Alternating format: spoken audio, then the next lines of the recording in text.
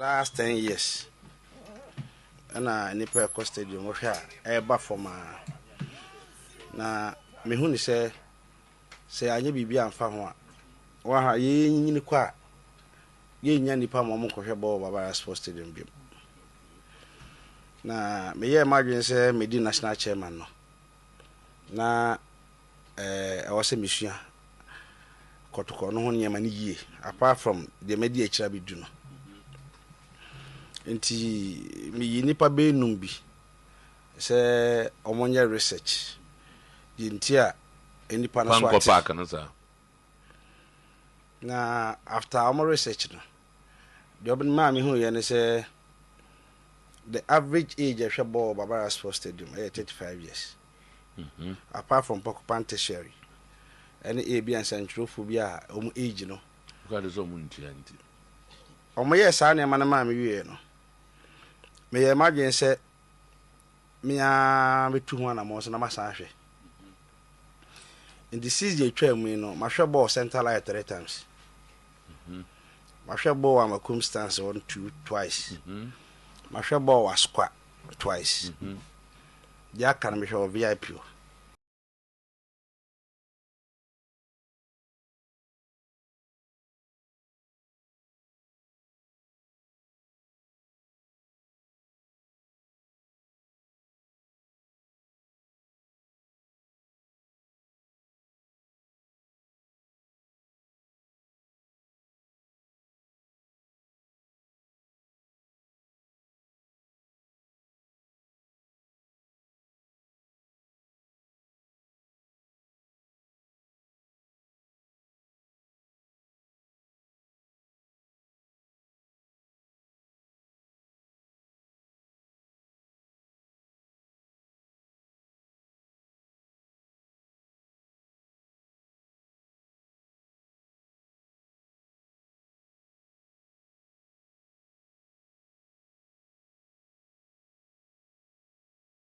I live Oyerepa 100.7 FM on Facebook Oyerepa Radio Oyerepa TV Oyerepa Radio Oyerepa TV oh say na wa comment me ba boss player about no boase na wa kenken na ama said ye say ene said ye efata Mr. Eugene Adu Poku striker head of sports for Promise Media eti akonya kesi num boss good morning Baba bibia boko de enyo me koso kama abrabom boko oh bibia fine haji aso ho ye akura no ho ye okay say efie so boko all right nti eneso ye da foforo ye be so su dumienu na ye dumienu kase bo na beto aso dwumade ni din today sports say baba ye sadi kan de eto monim no program no live Facebook betimi a search for Oyerepa Radio and I say Oyerepa TV Oyerepa Radio and I say Oyerepa TV ubenya live na for comments a wo nyina no waba modern etimi ede afa wo yebenya brand ya daje na yetimi akenkan mu ede ama na no pay dwumadie no eso saa so ne live on TV Oyerepa TV also yade abenya na no pay dwumadie ne so said ye dan da ye no yebedi ka akwa ama no ne the sports lawyer Baba Isa edi yebe rama no ne na ye wiama no ne ensem na ye bebe fie na ya bedi nkomo wo fie enra ewa ama no ne EPL game a course wo St James Park Newcastle ene Liverpool the battle for Alexander Isak enra course wo St James Park ema ye wie ye no na Liverpool ene edi nkunim wo sage ne honsem the sports lawyer Baba Isa aboabo no de ebre ene anopai afe Pep Guardiola no so ede won bi ama City team na se team no no ka ho e no se mom won no Perigloves ono your former Arsenal star ono na won Pep Guardiola and I won Pep Guardiola say okay Premier League na be den say afi ombeji okay and the odika the team ni jiso ye ni odika okay Savio ene Rodrigo say yes say Tottenham Hotspur ni abre so mo players mi no nsem wa enra so Inter Milan the Italian Serie A season as wa bro mo ten mo nam coach ani de Christian Kivu abehye Simeone Inzaghi anana enra obo ne first real game Emma Inter Milan no mo share Torino 5-0 e ho nsem e wa ha the sports lawyer baba isa ede ebe to just Javi Simons or ko Chelsea anase what ne say ye keka ko ene eye August busumi de to so aduonu ensia August 26 and August 26 enche na transfer window no e ba na wiye Javi Simons e can players at Chelsea e hwe ni mu say afi omode be kan omo squad no ho sensem ni nyina sports lawyer e de ba ene other stories e make runs e wa ma no ni nyina no gi se utie sports lawyer ene anopay afi ye be fia enkomani guso e koso Asante Kotoko asuye say transfer video yesi ase biem mebo a ye nya nkulu so nyankopon boa kwasi ada da yenim yi enyumre 11 is it 49 or 50 or by yeru 12 no okay eno mbe kulu so no yesi obese wo to a obetin ato assign the eba say Asante Kotoko yesi omso di 3 players enwemu e just say players mi ensa Asante Kotoko no mo ba beton kwanta pai edini wa ha na se Michael Sefa de metezo okọ Togo nto no okọ nto no do nka ho na Joseph Amoa baba ne din wa ha Inu Samusa ne din e wa ha na ayi striker no so Johnson ten ebe ye 9 same ebe ye 9 na se Jordan Misa de no kan youth team no omo loan no okay all right eti yebedi hu nkomo na baba ene ya hwe Asante Kotoko team ni mu adwuma amede amase wo beda no pai ene se obewura Asante Kotoko team no ahwe team no mu ede amaye ene eye baabi omo preparation adu so far ensama ekoso ewo eye abonti se Kotoko players bi complaini se ebre kakra ewo eye omudwumadi omudi ni nyina no ho nsem wo ha yede ebetu edwa afa Accra folks so enra coach Masu Didi Dramani ewo highway sports oni edi nkomodi nsem bebe na tudwa wose bebe ehu haso folks ese no kwa no omundu level na yesa haso folk edu no oyeso omunam be between 50-60 DNT na man kan se na no pa yebedi ho enkomo ewo ha afi owura oduro nyako awo ya administrative manager Edema Gaka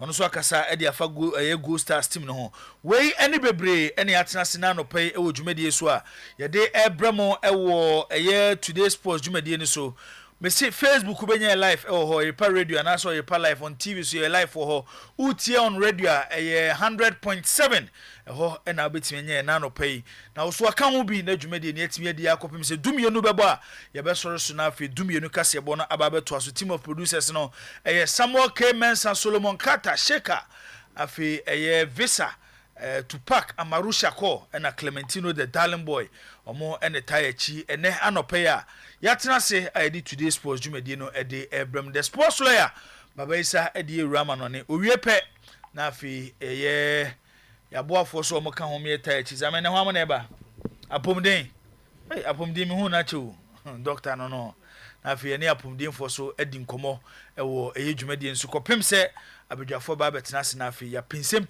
ne mu se de mekan me si dumienu na ye be soro so amadumienu kase ebo na abaye do bibia se ohwe TV da se uti radio da se ba bia wo bia no kan ho kopim se dumienu bebo ye be soro so sports lawyer branie enti odie wura amanone sports yenko anopay yema special good morning bm na yemu akwaba Oyerepa 100.7 FM Oyerepa TV ye konko phone close anopay na ensemwa edi identity ensemwa ebumfumpa onko phone close no ya de honsem atonim on your radio on your TV Facebook pages Oyerepa Radio Oyerepa TV mesasiam afi Spain na Hans Flick on himself wanya award coach of the year award our Hamburg and Germany form Eddie Amano na no odi tudwa se obeda omunyina ase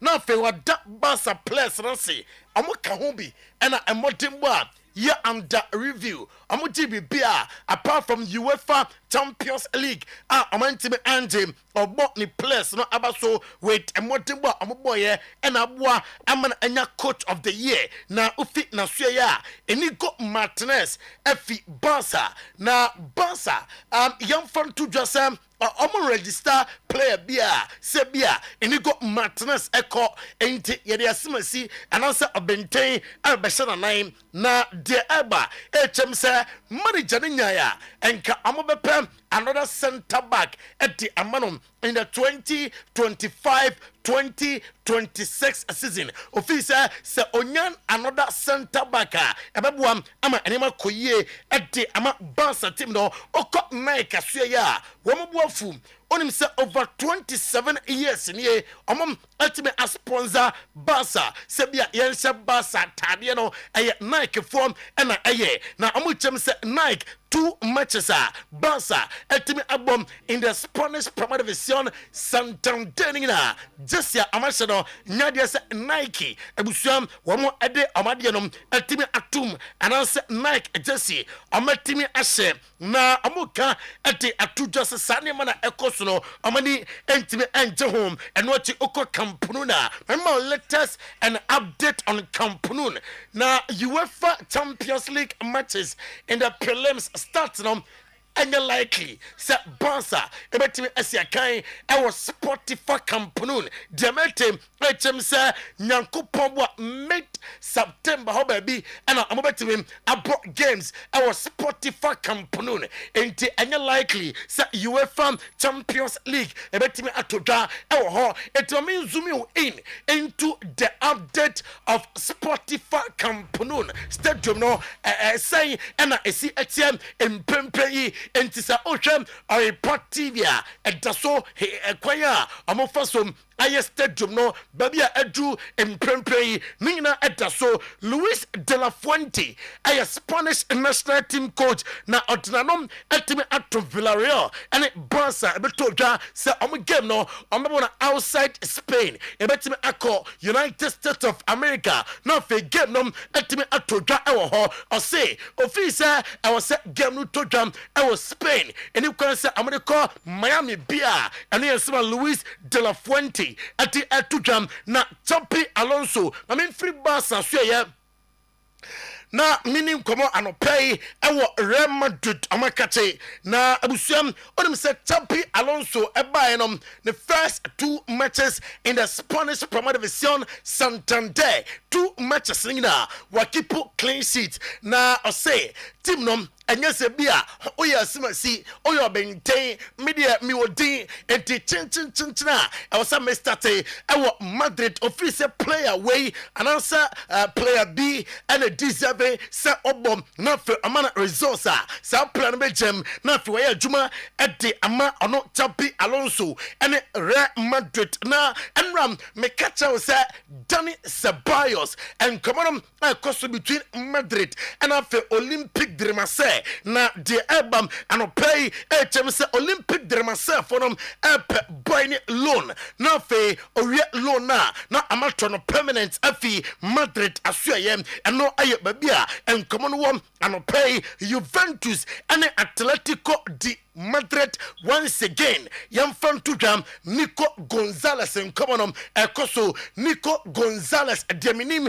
and say boy nom Atletico de Madrid trainer Diego Pablo Simeone and Rakachem Penifo se kukura chiaka and was a boy ni bam no be adwuma emma Atletico de Madrid now I mean call England now fe yanim come our England anopay on Oyerepa TV on Oyerepa 100.7 FM. Now before me ba England no Jackson Helper Center. I'm gonna day Jackson Natural Capsules aba bonten aba adwuma pa na abema wa bema mu ewo empem afe usisi ya denom ebeko honam na debia complainsa watika sene ya oyam ebefi so Jackson Mister to malaria say join the typhoid fever and menstrual pains na ebefi so 0244723541 0244723541 na wa from Jackson Herbal Center high sense a 2025 high sense factory direct promo 25th day of August to 29th day of August abusuam TV now parto adebia wo parto no amate so double promo who and amate so high sense for the quality enti ya no tom enti efi wo maso ye na fe abusuam meto so e wo England Newcastle United Enram St James's Park womo hyemienum ama Liverpool ehwamo eka miensa game nom onim se omunya red card Anthony Gordon na nyasam keto o na uje yanhwam ekwan a goals no efa so ebae. Livramento close to the edge of the penalty area, back to Barnes, running at Soboslai again, sends over the cross, the header is it's onto the roof of the net. It's so close, it's so close from Anthony Gordon. He's got to score. It's all right saying he's close, but he's got to score. And then share Byrne and Pope, rather leave it for one another. Eventually the goalkeeper clears, Gordon brings it down, Barnes can play him in. Gordon back to Barnes. Newcastle 3 in this attack. Barnes touches it onto Elanga, right side of the penalty area. Elanga's cross, Gordon! It's caught on the line by Allison with good skill. Wants a free kick. Referee says play on. Gravenberch's got it just outside the area. Low shot in. Gravenberch outside his penalty area. Over to Van Dijk. Gordon was late on Van Dijk. Tell you what, he's in trouble. About whether this is serious foul play and whether yellow card should become red. Anthony Gordon is off. Simon Hooper has upgraded yellow card to red card. Tonali getting back. Ekitike carries it and finds Cody Gakpo, whose shot is blocked. And Ekitike has a chance at the edge of the area. And 20 seconds into the second half, the play's on. Here comes a throw from Livramento. Headed away by Gravenberch. Back to Livramento. He sends over a cross. Bruno! Liverpool, Vetter Van Dijk. Abusiam, Mamin from Tuja. Asi Rio Ngumoha. Akodano. Masa, ni dream.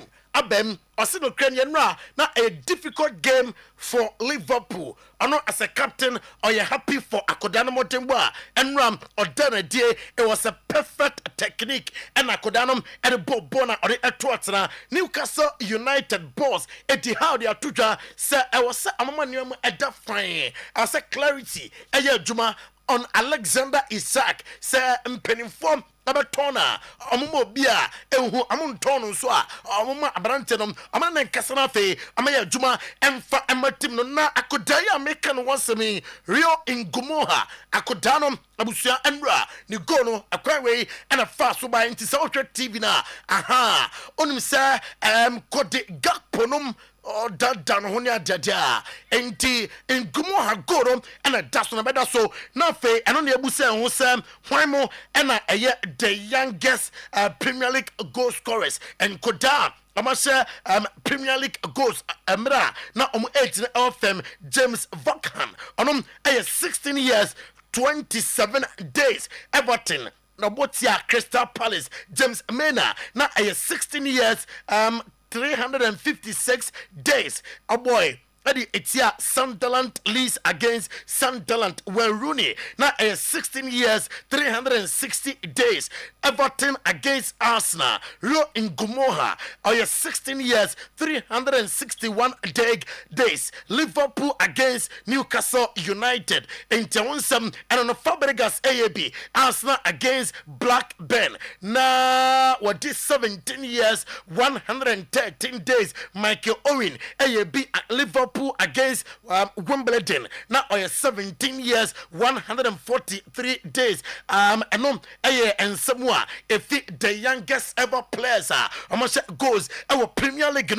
Now, Rio Tima in Gumoha, making us 29th day of August 2008. And you know, your English professional footballer, boy, at the Chelsea, or Johnny Chelsea Academy, at the age of 8. Now, Chelsea against Wolves and a 17 Premier League Cup final, April 2024. Or goals at the Chelsea before or joining Liverpool in summer 2024. Only say 2024-2025 season. And in Gumoha, Obekaya, Liverpool first team squad and slot at the Sunse Amra, now Omecheni with the squad. Ya did Hunsam Kaka, a Joe and pay na and slot a bomb. mental fortitude da enra team no eden adie ose mental strength of Liverpool enra na ewosoro ose se aka best 1 minute na game no etimi aba na wie ye na mutime put up some super performance enya the winning goal abebo ne mrantra abasom and watching the most expensive 11 in the English Premier League history. When we say it is near £1 billion after Florian Wirtz or joining Liverpool. When we say Kepa Arrizabalaga, a goalkeeper, Bilbao to Chelsea, £71.6 million. Harry Maguire, Leicester to Manchester United, £80 million. Josko Vardiol, Leipzig to Man City, £77 million. Virgil van Dijk from Southampton to Liverpool, £75 million. Anthony from Ajax to Manchester United, £82 million. Moises Caicedo, the bulldozer from Brighton to Chelsea, £100 million. Declan Rice, West Ham United to Arsenal, £100 million. Enzo Fernandez, Benfica to Chelsea, £106.8 million. Jack Grealish, Aston Villa to Man City, £100 million. Florian Wirtz, Leverkusen to Liverpool, £100 million. Romelu Lukaku, Minama Bolingoli, and also Costo, Inter Milan to Chelsea. Now a £97.5 million. Way at the most expensive 11 in the English Premier League. Now clubs now I'm top players Chelsea and 9, Liverpool yemienu, Manchester United yemienu, Man City yemienu, and Arsenal, and so at was our cost no £989.9 million. Anthony Gordon controversial red card and Onyayenom a quite bay and a red card no a so a buyer enti anopai on Oyerepa TV. Yabasha acquire Anthony Gordon a red card no etime a buyer mra okotia Virgil van Dijk and slots Ukrainian of training set Liverpool against Arsenal. Mark Alexis Alistair ebetime arum no febe juma at the amatim no Newcastle United captain Bruno Guimaraes at the atujo set Ukrainian or da France na say enram emra na game no aya din na fans no ejina amachia amo etodum o say a privilege say oba captain at the ama club kese to say Newcastle United na anono debia he's ready to fight and die for the club and Bruno Guimaraes and Samoa what they etodum we were lucky and slot after say Enra or winning against Newcastle our St James's Park and I say Enra they were lucky so they were so close to scoring the 3-2 but we stood strong. Virgil, Ali, Ibu, they helped us a lot in these moments. And then when at last after 4 or 5 minutes we got the ball in a neutral position, I think we got a free kick. I could bring the both of them in. And it's of course special for him to score a goal in a moment like this. We know how it feels. Last season we've conceded a 3-all in extra, or not in extra time, I think 89 minutes. At the house, Alexander Isak and Sansamno, I was on my name, I Clay. I thought it was a great performance from us. It wasn't perfect, of course, but it was very good in the first half, very dominant, very us, really. High octane, front foot football. The only thing missing in that really strong start to the game, or middle period of the first half, was goals. Concede a poor goal, first time in the game, really, where we're not quite aggressive enough. And then the second half was, of course, a very different game, a very different plan, but really well executed by the players, in spite of the fact that we went 2-0 down. Now, you're Italy, Hilal, Demet HM say Inter, Dieta, Piero Auxilio, I have €5 million a year contract plus add-ons, and I'm around say Amra, na Amaya Juma, Emma Tim Marco Baroni, at the Atuja say 5 naira and Ra, Omulusu to Inter Milanum. Loser, no on sprete se ebesi. Na manantena say amitimi epeja amamodimbonum Lautaro Martinez at the Atujas after say omudi nkugu heavily. Our Paris Saint-Germain some in the UCL no omakasa bebre inti afi nyama bebre ebesesa. The amade sorry no aye Rabu Siu Oliver Minslav ɛde ato dwa sɛ Tavi Simons no sɛ ɔbɛfi Leipzig a this is sika ɔmo pɛ no ɔmo nsa ka free Chelsea wɔ ansampo ɛna wɔtumi afiri team no mu. On this note, live on Oyerepa TV, live on Oyerepa 100.7 FM. Yɛde amanfo maso nsɛm no ɛsi anɔpɛ.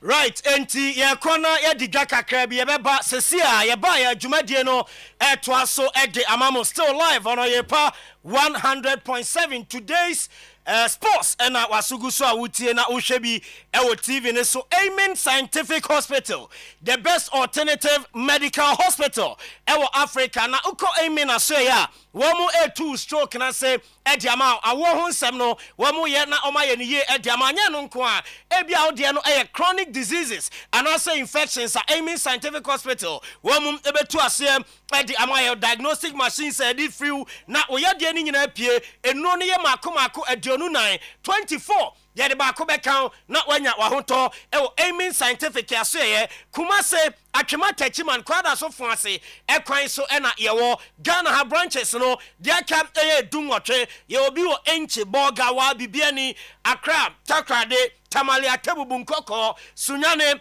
ho sehide biso ena fe ho ye number 0277 00 1234 0277 00 1234 afe 0241 367349 Odotobri Rural Bank our trusted financial partner na da here dem Odotobri nkwa ene ma osika na de hye wadwumam ebia wo de ne ebodwabodwa na wo ye upeska kakra e de atremu abodo Odotobri Rural Bank a ombe ma osika na wo de akohyem no wadwuma no etumi atre a special susu loan ena ye dem a ene entu susu 60 days ye bebo sika no emprema akomako enum na ye de amount as loan na me ba chonsi hu no ye ketwa bi e wo yaso ye ma flexible terms of payment eno so bebo anu atua sika no and 10 times so no atua sika no wa bra ho kire bia enso ema your loan ema salary workers your susu loan your cocoa loan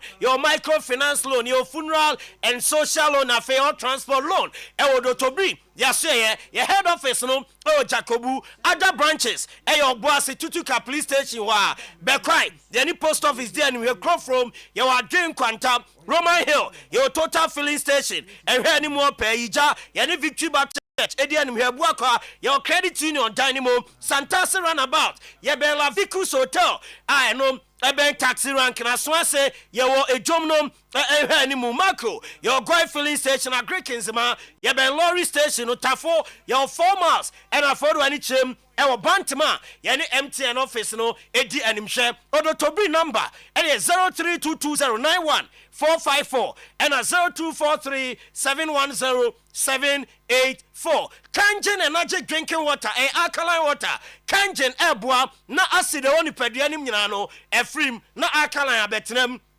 na unim so nom Kangen ma alkaline betani peduanim a enya ade ayade bi te se cancer ebetumi aba ni peduanim so ne ubedi asie ebe pam yade nyina e de efri ni peduanim Kangen no eyenso nya drodwuma edie no echen se wanom doctor drompo enso eho to Kangen no na emu ni peduano na enyini ye Brahma UGC Tafuni Road Abawaru Junction Lizzie Hotel Santasi Runabout Pakiki Organic Cafe ewo Stadium Tumankwani Junction ewo Ashtown oko nyina ubenya Kangen so ni bi no atoye numbers a wo friend na watuni dosopo edi bi akofie no akoton bi no 0241 449191 0241 afa 0507 379474 0507 379474 enum Kangen the number eno no ABA Herbal Clinic software tano no software rasta software say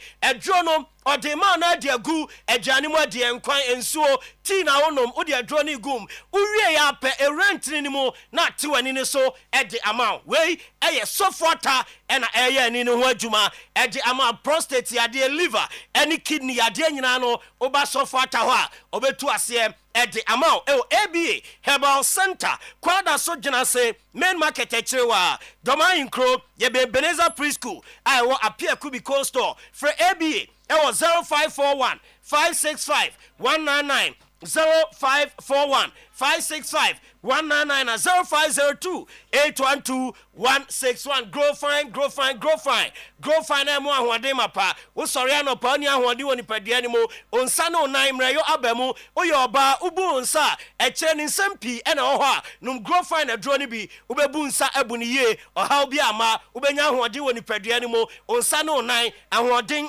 ebem pe grow fine adro ni bi to e ba bi eto nro e wo man mu ababi a dodo no oto e wo digital herbal clinic e wo Kumasi Amakom runabout ye ben Bank of Africa your number o frame na ne adin sawaso e 0244 596532. Grow fine makes you grow fine. Branox Hotel never da wasum jem we ho no ba dede ni ho ubedi juma ubetumi adi ye wo restaurant ho ye oba ho udidi na de bibi akawa no conference o nyuma no betumi abeje dia yo programs ye ma free wifi yo spacious car park na face yo spacious place o de your wedding receptions nyina. Knox Hotel ewa Asokwa Olam Street few kilometers away from the Baba Yara Sports Stadium. For Knox Hotel ewa 03220 24438 and a 03220 24162. Edek SM Bitters Bema nya tenkaso no partner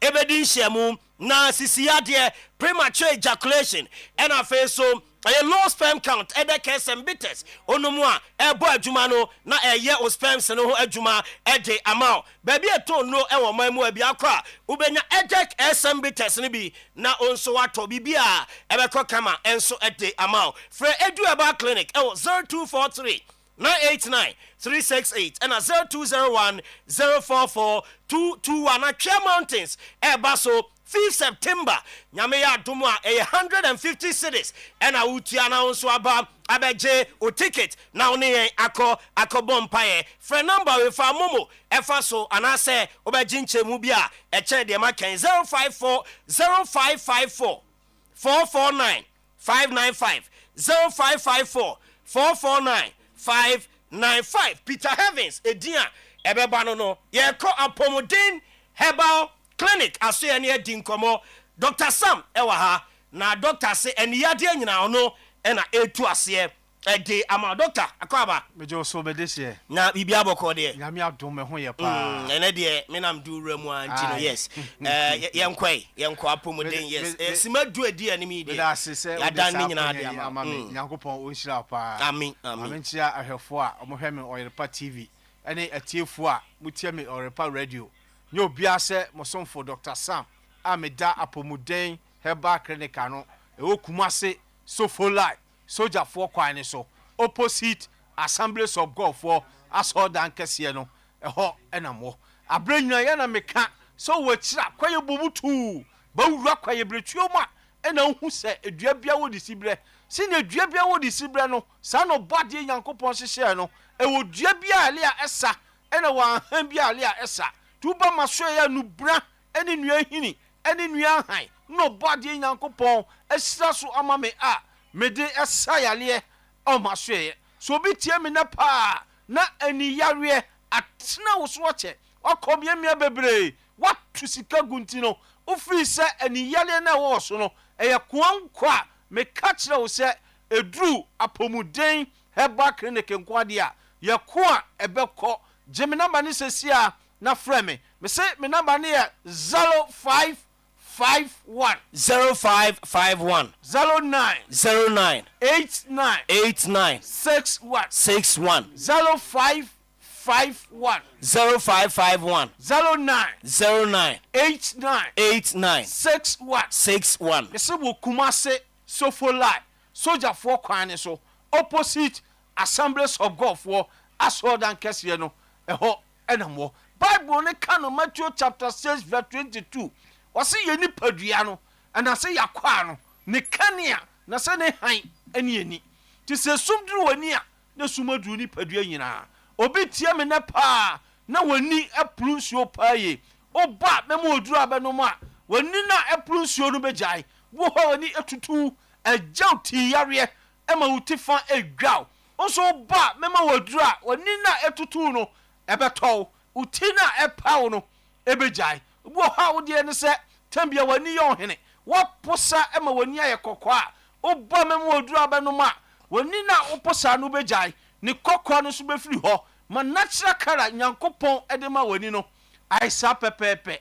so obi tie me na pressure e woni so uhwade ye ni paba uhuni mienu ayo hwani a bra memo oduru abanoma sa pressure ye woni so ebefiri woni so kra tambia Dr. Sam mekase mani aduro umfa ngu woni so obano na afantirimu na ba woni so na ba wohuru woni so kama so obi tie me ne na glaucoma e woni so ye ble unhuade ya tu hu na mo na bra memma waduru abanoma be huade kama obi ha wo de ne se yesa wo share glasses na sa hweniwa ansa na watumi atro se watumi akenkan tembia me kase ahweniwa ne de e just supportive e boa keke so be he ahweniwa efru mranti blem akosu nkokra blem a ada be yi ato ho no atoni framu kra na me di oba meji ato ho na mama wadura obanom a e be huru ani so kama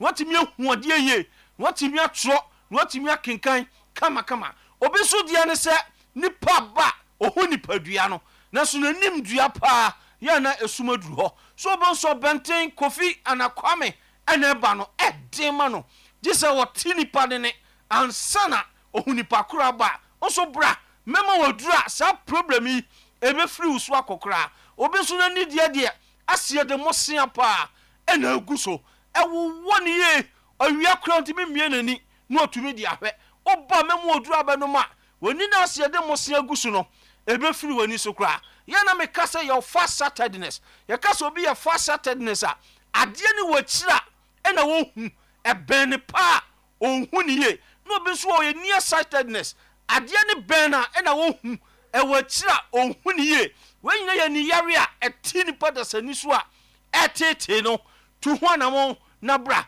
tembia me kasa enkwala ni students a nyankopon ena mensa so ma eni yare efiri omusu de bebre kwa woso bani kosku a otiachira onhu board ni so ye what akrabitie nim hope na wo bisa teacher ni nse edi enie mufo omu nyina mra memma na duru obanom a sa ni yare no ebefiri ni so okosku aba bibiala teacher ni no ebe position o class wo no obetimi ehu board ni so ye no otimi atro no otimi akenkan kama na mesa katro bia otia me na catrat ete esisi na nim yenu nyina so se wani nifa no ene ta efra na he na kosa benkum no ema benkum no so emfra nka ho na ete eba obi ani so a sei na yeye lens na nkasa ye cloudy ebo edisofa obi dia ekusu obi dia wisi obi ho ade fita asangusie pa na nam na ni so sa enam sa tei na dia ko hospital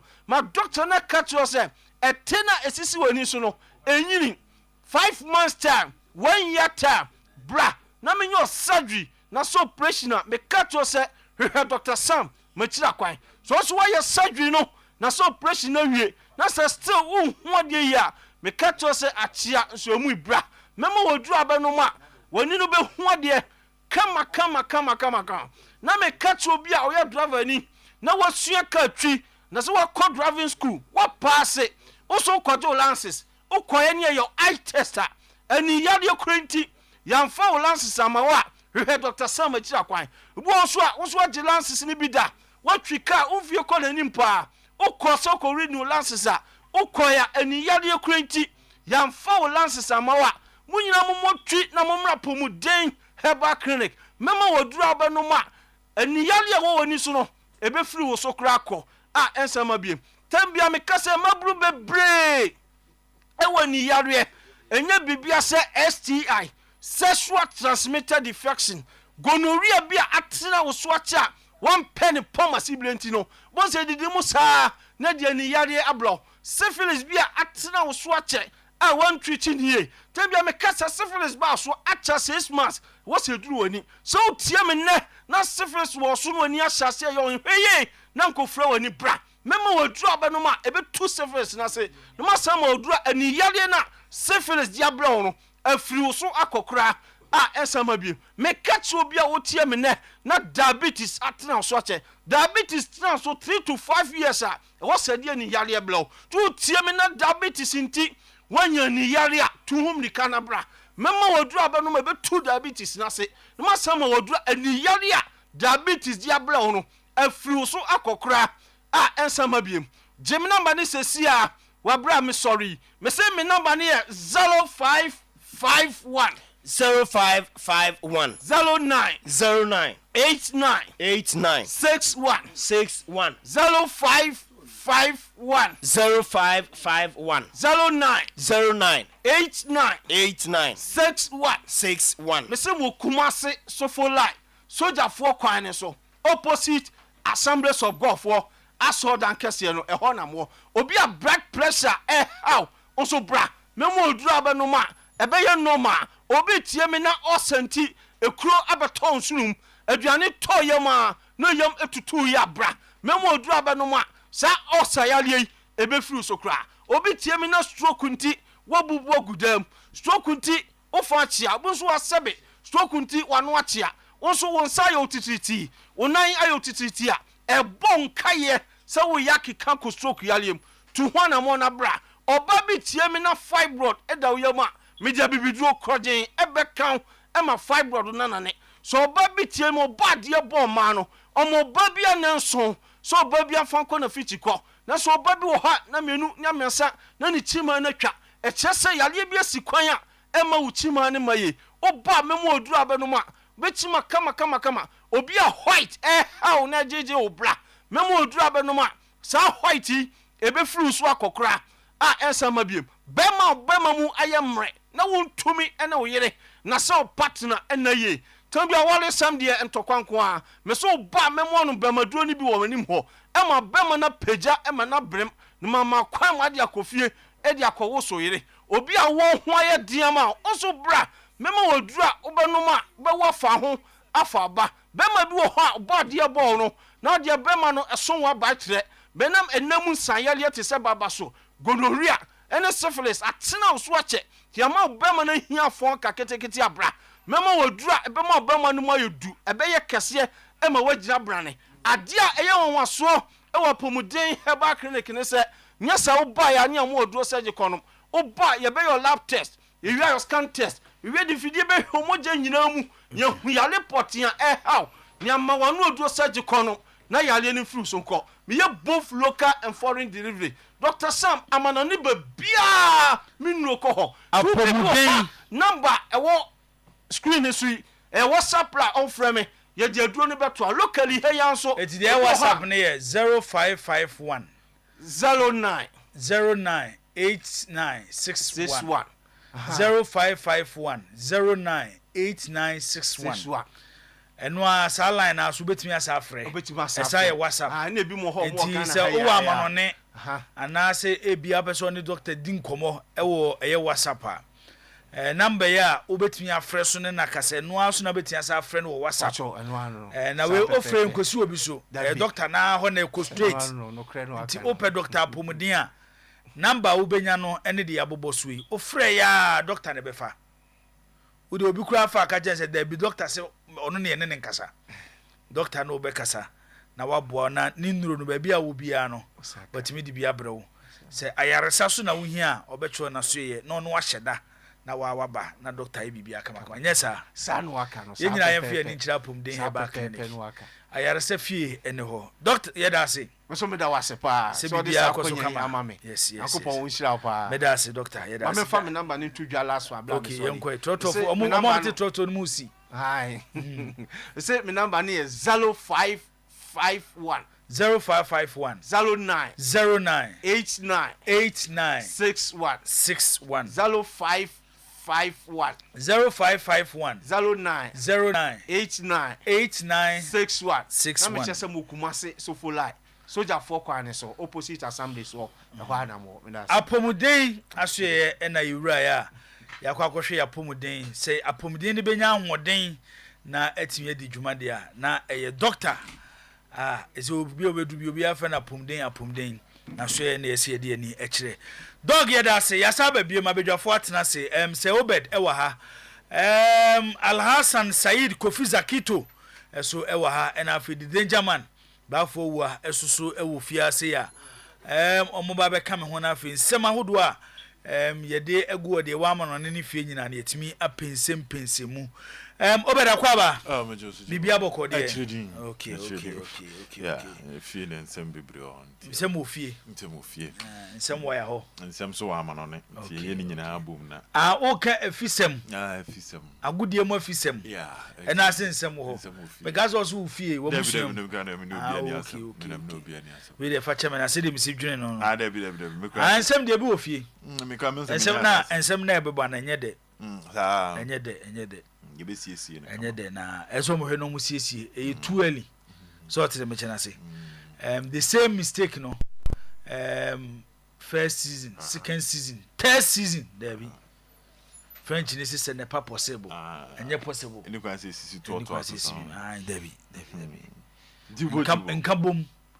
nkabom na the results ba anye obi ko free we no akoka we a kire no obi akọ free we no akoka we a kire no na so obi akeke na obi aka ne de ensem ha ebedi hu nkomo ensem ha obedi ewra ma no ne na yenhwe enra Liverpool ni Newcastle beba no so what a game what a match what a game lot of controversies yes it's a bebre and them say Liverpool supporters no almost say akabeye kura answer na transfer window ni bend no ka kunate no moko kan chere Madrid for ma Liverpool for no entra play mun ko Madrid ko kan chere Madrid for ni say okay but the skebi am obi am famra na mun kunate na monko mo mun twen kura ma ne contract ni mu mo pam ni sisi mo si kunate na ma Van Dijk ka week ama na djuma na do so nti ye expose Van Dijk dodo see football supporters obo football fans there the way I faso dwene different it's all about today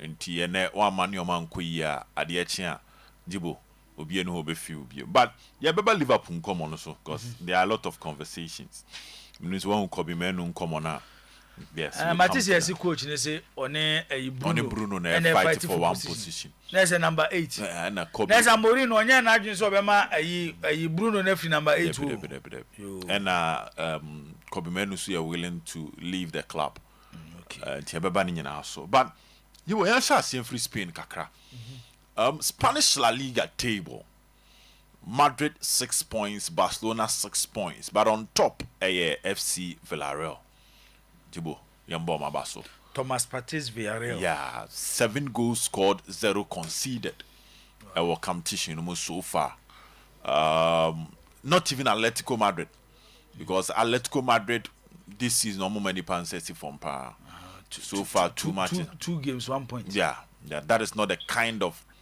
results Espanyol Elche they need pay free Atletico Madrid ho nti Atletico Bilbao still around but I'm happy for Villarreal especially a player like Nicolas Pepe kwanya ofaso AC akan ho I'm happy for him because na life na more opportunity be that big money move to Arsenal na ntimi anya the results but back in Spain he seems to be getting the basics right you be man credit for her now you buy Italy we dem boss no buy England okay Como and Fabregas you boss yen shut down can Fabregas asem sa but so share last you any Como game na you realize that at some point in time now the Italian Pep Guardiola I friend Mauricio Sarri no I only need say ono a student of Arrigo Sacchi send a Sacchi believe say Catanasio no yem fanton chen kakra yem pass yem bobo na yen yemi ninje no ye share Italian managers omo fast akwan no so a edin ba akwa bebo Mauricio Sarri ono so they believe in that principle but I had the Fabregas ni Como etimi pini no to the extent that etimi drew baby na Como almost 65% possession whilst they are playing against club like Lazio. Nature says Fabregas, Diwo, or Brantian Juma. On said there was that link to Inter Milan. Yeah. And over can't say it's too early. My person constant Como 1 season. Now on Sanchez we are seeing and I said this is Fabregas. Said Diwo, one thing about Fabregas and the Oyerepa 1 year said he has been 2 top managers just like Xavi Alonso so I know. Because Fabregas aye Juma under Arsene Wenger. Yeah. Wakoye Juma under Pep Guardiola. Yeah. Wabaye Juma under Jose Kakra. Waye Juma under Conte so Kakra. Yeah. and a national team on every sent to the boss so I Jumakaka. To social South coaches a cuckoo down when no form on some look at quite enough fast bonny ball, an extremely intelligent player. Inti the Spanish school of football kakra for any so waba England ababi kakra wabo under Josie and the aggressive side of the game. And I see what can in album no dia coach. And it looks like one of the next big managers big clubs because or more kofano for him to change their team no ebe abante friend says Fabregas send Alonso the any year ultimately call Madrid no sana musa Fabregas the any we be na hu ni say one job I to become the coach at Manchester City after Pep Guardiola. Yeah, who replaces Pep Guardiola will be an interesting conversation. Link ne Dawson, a man for Weibo. Also, at some point in time, based on the project, Kebe Arteta straight to. Yeah. Guardiola be Grumu Arteta, and I'm sure even if Arteta was still at City, Camille say Pep that's all. Yeah. Because now Kebe do we work so Arteta time and Asia won't take over, and Arteta they are called Arsenal, so they are looking at who takes over. And people should watch out for Cesc Fabregas. And it's an identity. The team plays to a certain pattern, plays to a certain identity, and they are just a delight to watch when you watch a team of Fenukomo. Kivu, any Inter so say a few mobile. On Napoli had a wonderful start. Now, Oka Kumasumi, Monico pass Abaso. Oh, the free kick nana. Yeah. Also, it's a good decision. And then the pass for my first goal. Oh, wonderful player by Austin. I'm happy say Madrid they say keep no. Oh, then next season or Matimi Aqua so work for my dear. Nico pass. With one time. On the Como team no. I think say Nyabo tre one day. Near starting me we ask who say Ebe kakra no. Obete say Arsenal ko akofebi. Yeah. Obete say Bayern Munich ko akofebi. Obete say Madrid, Barcelona and Manchester City because what's the deal? Madrid and Alonso. Alonso bought that passing game, no, and that is exactly what Omuye Wokomo. Yeah, it's a far player free ho. And now be share with team no understanding your philosophy based on the air children will be your one in your game, no.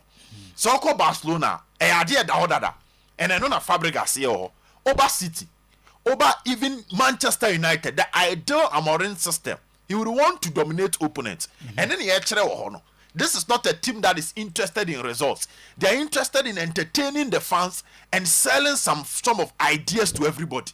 And to buy a beko Madrid beko City beko because what check Vincent Company super so dominating the opponent through the Pep Guardiola coaching tree. Because what checking Company or Burnley will lose a game, but Company will be happy because the team was passing. And also traditional Burnley, Telf more. Now got tough more near Bonnie beam near Pem near bullying for but Company had a different idea. And they say almost all the big teams, Luis Enrique at PSG, he wants his team to pass, he wants his team to dominate. Based on the Spanish school of football, no Alonso similar, Hansi Flick similar, Bayern Munich similar, Man City, United, Arsenal. In the next transfer window. Como should expect some call for Baba radio team of their top players. Pa, Jibo ya koya Nico pass there. Ona ebefa Messi atare Argentina. Oh, befa number 10 or the two wa befa. We Real Madrid for no kind almost Master Antoine. We were ya de Master Antoine. Omunya botre. Omunya botre. We never befa messages. On say or the two wa befa. On say common very simple. Jibo. On say be bought Estavaldin. Oh, means ones are comparison now. Yeah. Ebi Bonidin, Ebi Bo Lami Yamadin, Mastantrano Din. I mean, you also channel. Oh, near for now, that's a Lamina consistent too. Oh, so winning now. But the rivalry. Means one with the new number 10 battle now, of course. Now. Oh, the new number 10 battle. We only don't call battle number Lami Yama. It's a Kylian Mbappe number 10. No, Mbappe number 10 for Madrid. Kylian Lamine Yamal number 10 for Barcelona. Kupama number 10 for Chelsea. Oh, and a Jamal Musiala. Kupama number 10 for Bayern Munich. And you prior by hitting Musiala. This was Mbappe, Kupama, Lamine Yamal, Musiala. Neke kakoksa. We do also say in a burial. Kupama. Just if one and on tia say young coso. Young quenim. The Liverpool game was full of controversies, too much. Yeah. But it depends on side of Wujina. The Konate incident, I still have my doubt the Inter red card. No. Gravenberch tackle, no Jibo. A lot of questions around Gravenberch tackle. No. Too harsh. I mean, this is a career-threatening tackle that can easily, AC a bit instant AC or. But referee man yellow. And on a sake kind of consistency of the English referees. You will do baby as a Ghanaian Ghanaian referees. The notion behind, the perception behind the Amoya the Omoya and Kenya but Tremo pa. Because clearly with VAR, with goal line technology. I mean, them being an England referees here for them to stay at the top in terms of taking the good decisions and the best decisions. But almost every big match, there's some form of controversies around the kind of decision they are taking. And to what check here, your top competitions are, say, be about UEFA Champions League final, World Cup. Here England referees no I'm believing say they are just not good enough when it comes to understanding the game and being consistent with the rules. Because what's steady Englander, after every match day, we get a lot of incidents extremely controversial from referees that sometimes the bottom line is you have to admit that they had the decision wrong. And now on the game itself, there, these are some of the matches that we win here. A spark that belief so be a champion. This was a very difficult game for Liverpool from every angle. How Newcastle are fighting for the ball. I'm a fighting spirit. You know now, flying with the bay year. Oh, England win. 2 matches, he's yet to stamp his authority in any of them all. Also, now, God in the red card. But God in your ratings of 6.5. For one wait, we are game now in your ratings of 6, Jibo. It looks like the German game. With the exception of it, say, be a Mesut Ozil. I know extremely matured after passing through Madrid and San over Arsenal. Over Kobe said Balak in the middle. No, a matured player. A quack so more me promising no. Ebia onye established. No, a Balak ne Ozil mo level no. And ya no be ni Harvard. Even can Harvard. As at now, it's yet to be that influential player based on how he was tagged as a generational talent coming to England. Also from Leverkusen. From Leverkusen. And Harvard free on a foreign way to Beshero because they believe that Harvard he was the one to replace him. Kwakwe said the English game is too tight. Then I may share a video of how Antoine Semenyo a dispossessive bomb of Liverpool game from Florent Voigt. Jibo. Or taking on with a body movement, a shoulder drop, and on the Semenyo free mo, and a pussy ball on back, and he relaxed, trying to scan the field to take a good decision. Nanibana also not Semenyo na way in a free no, as for the other one born a free name, and that is the Premier League for you. It is too crowded, too aggressive, too technical. As I technical, aggressive, crowded, as I physical. And so you're a player, why you need time on the ball to decide games, you will struggle. Also, the any different. Balak, the any different. But Harvard and wait, Jibo, I'm starting to believe we say maybe I had a coach in the bedroom, baby, on sacrificing last season middle training my boy in EBM. He might starting the boy from the bench. Because what's the deal? They are trying to sacrifice one of the middle 3 for last season in the shape of Gravenberch, Szoboszlai, or McAllister. Szoboszlai started on the right wing. That is not his ideal position. Baby, I saw Bono. I want a flow and waitable. But I know a man who can ball right. And Jibo, even from the right, look at the assist to come on. That led to the goal. It's a 1 year do now for you to direct the game, control the game. Number those passes that the average player will take minutes to take a decision on those passes. That's a over. You are losing possession. You are not taking on players. You are not giving key passes. You are not splitting defense. Your passes are not accurate. There, Jibo. I had the coach to have no other choice than to go back to his ideal system, which will be Grafenberg, McAllister, and Soboslai. But I'll go back to the middle three. And about the Sana, that is where the English press will start the pressure mounting on you based on the price tag. Because can I live up to the tone in yes kaketwa? So I shall be said now what justify the investment at Chelsea here with him? Yeah. So check you be said decline rise over 100 million, but what justify? Mikael Mudrik and fa. Also no be a real finiding. Yeah. One massive flop pa. Another 100 million flop. Another 100 million flop.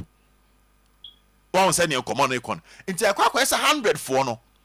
I know for in recent times, clubs now has been making money from these 100 for. So Udomi Anthony. Yeah. And Anthony cry abeka so nimbobo. But Okonya Betis. Now the environment was a bit calm.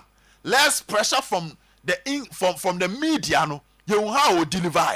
Honestly 100 million for Nebia. Very soon. The only reason our pressure answer down corner sono.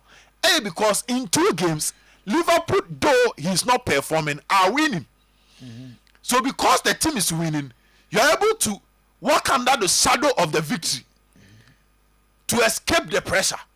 But I'm telling you, after 7 matches, if we're to be a stamping authority based on what is expected from him, about a discussion best Florian Veta 7 I'm making after 7 matches, Dibo. But I'm moving to the last one. We na men Kozakito. Too early there. But so far, about 2 games in Premier League. Last season, the top 4 clubs: Liverpool, Arsenal, City, Chelsea. Based on the match 2 games here, boy. Why now who say the modern one was so the chance of ABR either Liverpool maintaining the position last season by winning the league, Arsenal air sign home, and Arsenal maintain the position City. Maybe on Bedana, no more that on Bedana, and answer on Becosu, and answer Chelsea Beban name. Why not convince you? This four teams. I'm okay with Arsenal based on the 2 games. Also, me catch us me them who's Arsenal na Belgian league, Okay. I still see some cracks in the Liverpool team. Liverpool to me a Van Dijk injury away from disaster. A Mohamed Salah injury away from disaster. Zana mimi who Liverpool team no. Won't me ka same thing with us now. Arsenal be Bukayo Saka. On say Saka everywhere. And now decline rise be a pro Arsenal team nim. On say me share Arsenal team now. Omoma me some form of hope due to the squad size. The squad size na medeka. So I check it Van Dijk. In the absence of Van Dijk, it is going to be difficult to get anybody similar to that. The gap will be extremely huge. Or the gap in Webeka. Young Phobia Saliba Pro Arsenal. Let me rely on Calafiori and Gabriel. And left home, you know. Oh yeah, you can rely on that. Or you can even mascara and pour, or you can even bring a Timber there and have Ben White or right side. It looks like Arsenal has a bit of large options. Say Jeremy Frimpong Pry and Soboslai neighbor right. So imagine a hitium game. No Van Dijk, Jeremy Frimpong Pry. Look at how the gap in the Liverpool defense in Sir, what mean that is my fear for Liverpool. They have a good team, but I feel say a new strong bench. A new strong enough to go the long season. Okay. But I think Arsenal, I was that strong squad. A bit me I call the long season. And even now there's a better cheers in Power account. But what I say, until do the idea, look at an attack of even if Bukayo Saka is injured. Look at the options available. Martinelli, Eberechi, Joe Keres. Intisana mimi huno. A champon. Yeah. AKA a Chiredi. Edase. Al Hassan Kofi Zakito. Jibo. Bibi aboko there. Nami adom. Okay. Yankwe. Jibo. Small boy no here. Nami adom. Table no say no affixing the camera there. Yeah, fine. Yankwe anyway. Jibo. Football script. The outro football script now. I say you finish your coin na you pana choka kra say I only fake kakra. like our unfairness no doors one is creating too much. And more managers be you. You see, I know say this will be an unpopular comment that I'm going to make, but that is a real fact. Say it here. Liverpool supporters will be happy with Ancelot, but some United supporters will not be happy with Robin Amorim. But over my first 2 games, I'm in the Premier League. Performance-wise, Ancelot, Liverpool, no having performance will make results. Underline the word performance, not results. If you watch them against Bournemouth, performance very bad. They have to rely on that last minute 2 goals from nowhere to win that game before goals 2. But I say also share signs of a good team. No, you see, for example, say and then a team be good. The team be good. And say why are consistent for a long period. Now even in his worst moment, say the word describing or finding a way to win. Say offer Liverpool for like a whole season now. This is a team who are consistent. Virtually the best team in England.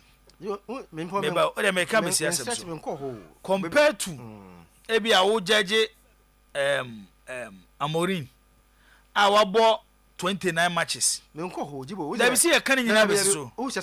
Someone will miss the argument. It's better now. Based on this, you know, who are just 2 matches. I will expand now. You will be a free bar. Maybe I'm free bar no.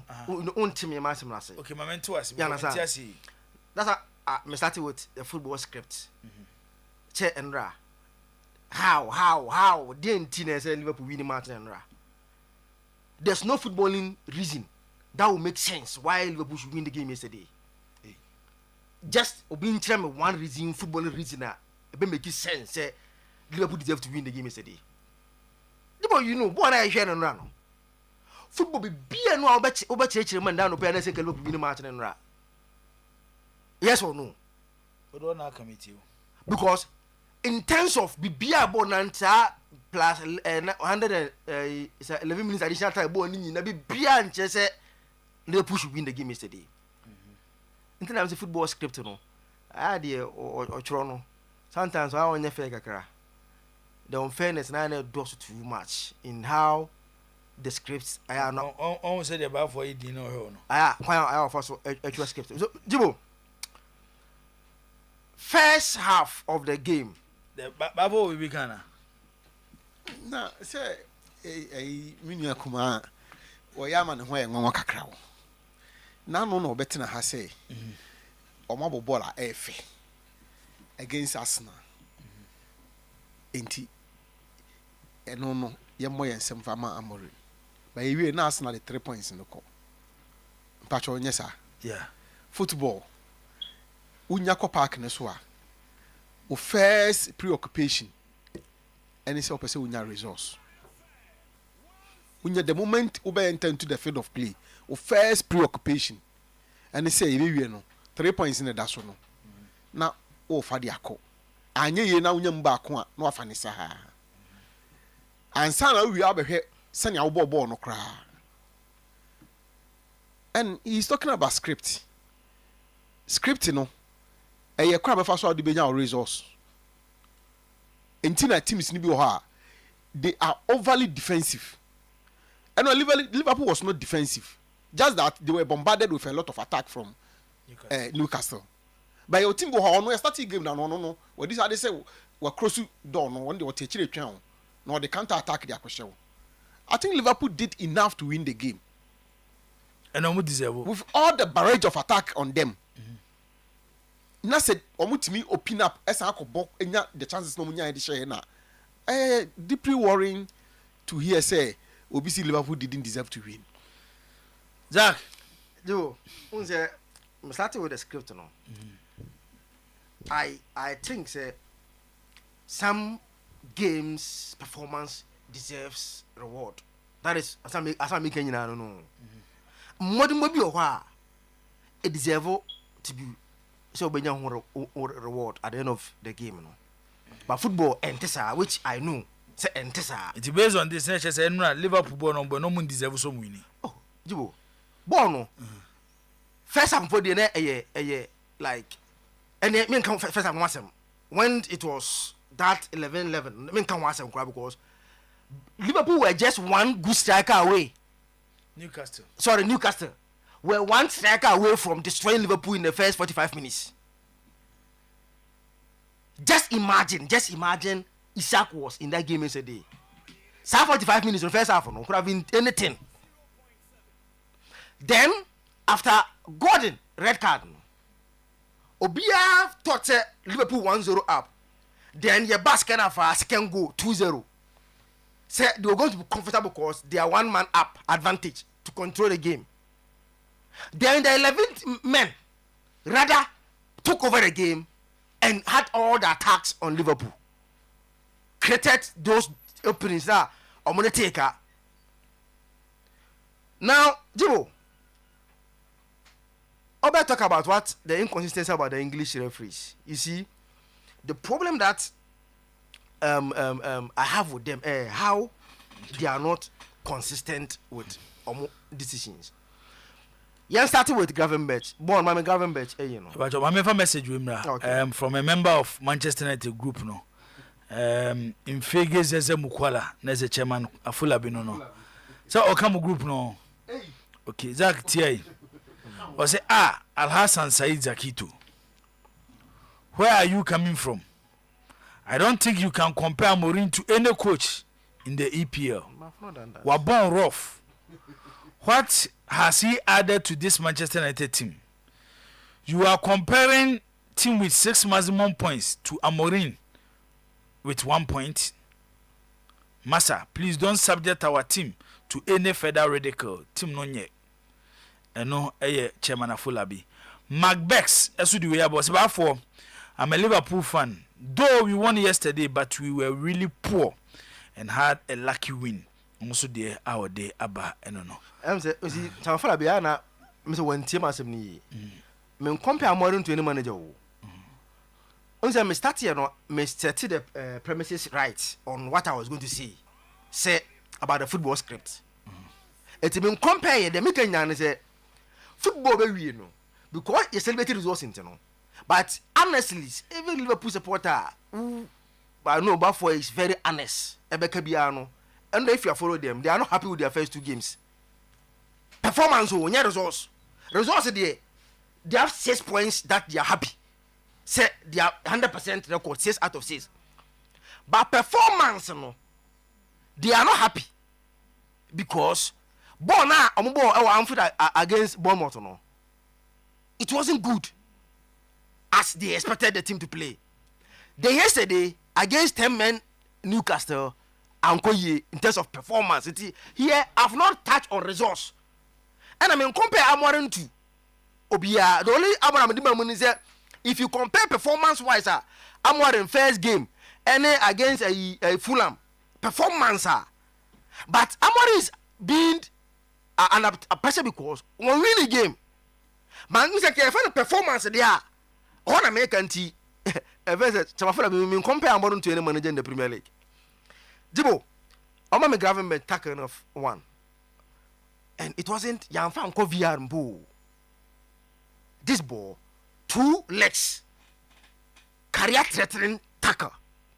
Gravenberch Uncle VR Mbo for any further ABR. Referee say, yellow card. That is enough. This ball is a red card offense for Gravenberch. But you see, Amal Alamanoko 2. But move on to now Oyerepa Konate. Konate diano. Why nothing happened to Konate? More on fast. The video, you see, they have played. I think there's a bounce. They have played him on. Born after a bounce, any advantage to play. You're born through. What take you off the ball when you're born away. Then Konate in front of you. Who's away? And your shoulder. Oh, you ninsa. And a peer bounce at the 2. What should I say? Neshi Yan Twasso. They are highly inconsistent. That is the problem in Yaon. What was it? I said, the Macam was the I said, the only Macam was yesterday. I said, go now, Manchester United share. Oh, and one program. me be say and also a kind inconsistency. Oh, you can want some right. No, rasem me per se or what the can say I can't want to say. I'm say you can want some. So is it part of the inconsistency of the referee? You can want some. You can say yes and no. The best say you wouldn't. Is that goal part of the inconsistency? Listen, I see I can't boom. I can want some. No, I see how they are inconsistent. So the result just a year no. It's say a inconsistency. It's Jibo. How inconsistent they are. In the sense that take you know near me me bona as I say na idea no. Maybe you have to do the same goal in Martinez Yanji. They are highly inconsistent because these two crucial decisions, one against Konate Gravenberch, mean a red card offense, but Ojama Manoko. Konate didn't say record. Say no last man. But video you born or you born no last man. By magnitude of the push. That means you prevented an open goal score opportunity. He prevented your Barnes from obvious goal score opportunity. A red card. Now, mommy. The image of the last goal, Zibo, Malik Tiawi, or then AC Milan defender never, or the Milan defender never Newcastle and Ra. Nanya no mu no mkoto no. I sent 10 minutes or the Abano because this is the first image of the winning goal now Liverpool, but for Moshe. They are one man down, and at this stage, who say I'm back for it intact at this stage. Now. Cleverly, a friend is saying, Kieza, he's trying to make a move. It's born, I'm the next picture now. It's Jibo Shade. At this stage, Kieza move call. What is the best way to defend? To still stand there, wait for him because. Them say Kieza born Belgium or Jibo na face you. Now you know face now when you're much stronger than so the distance no. Malik Tiao unti kwa Jibo no fit because one distance no what. Ball wa control bono wi. So the best option was to stay because Kieza 10 here. You see that obetun and that's a bubble shot which you can block it. But he decided say he will move. Bona Kieza control we no. Afa no ko taka kwa Jibo no fit Kieza same. Then one Salisala na there Jibo. He's not celebrated enough. Because Kela de born ma Salam to Jibo here on your screen. Most of wingers will over control over control or compete. But that pass from Salah and that dummy from Soboslai, excellent. And Sabo and Rio say Mekano so much say he will be the game changer for Liverpool this season. And Ra, he showed it at that game against Newcastle United. And for the results there, about Liverpool also, because after all, 6 parts of sins, a good way. But clearly, performance-wise, if Ansesa, this is not a performance that guarantees you hope of winning the Premier League. If Nyama Ansesa in Manimia, it looks like somebody like 10 now, about last season now. And the about veteran is a high Liverpool crowd because you see, supposed like 10 Jibo, he was the one who was first to press. Vit and presses are. Supposed like Edin say Jibo no feeling same because he's a tough guy. Vit and now baby say what for who we are coach Jibo say no or catch and say this is man twice in the Jibo no feeling same twice. No or catch Vit. I say I have to work on the physique because I'm say the Premier League and he's a good player. But I say how Bundesliga comfortable they allow his space England they won't give you that. And especially say now what's no one work on it which be they will bully you with that kind of football no. Okay. It's performance wise there Liverpool so far and encouraging. But the good thing is that they have 6 points. They are selling the competition against so far the 3 teams on double points: Liverpool, Arsenal, and Tottenham. Yes, these are the 3 teams that are on double points so far from the first 2 games. Kobe, my member went to us. Your friend No Time Africa. Nidia or the message I can hold there about massa. Just imagine, say the game is over and Liverpool won. Why not give credit to the deserving team? I know you're not there out there abandon. Obin K. Francis or say Mr. Zakito.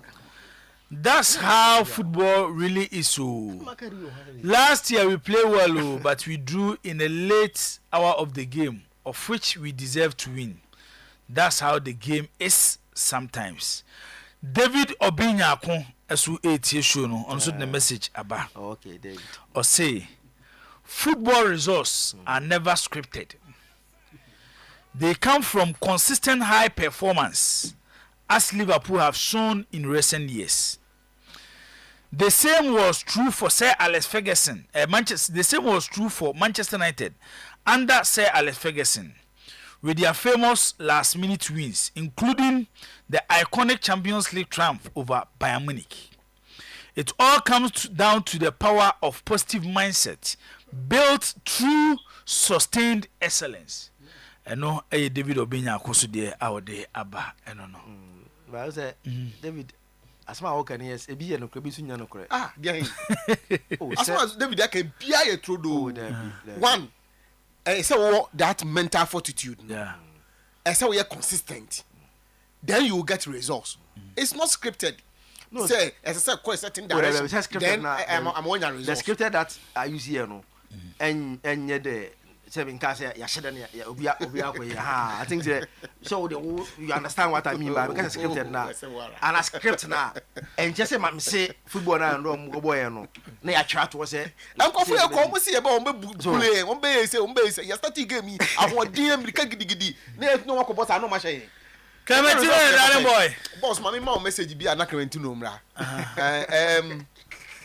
madam Fubi owo abesim sunyane Abesim sunyane Abesim de onya du ana Abesim oye secretary edema house diasporian diasporian Neso ni Ghana menam so Abesim o se oye adwuma Abesim me no ka se ho no Neso wa boche no ba ye da bi oye ha no tie na so na diasporian for no secretary financial secretary actually okay na agada mukuo no oye adwuma edema Vision Credit Union a wona ye manager wo ho o se anopay o package kakra edema team no okay ye ka say abeto me phone so mo bia busa disclosure someone see danger mo bia me pay disclosure danger level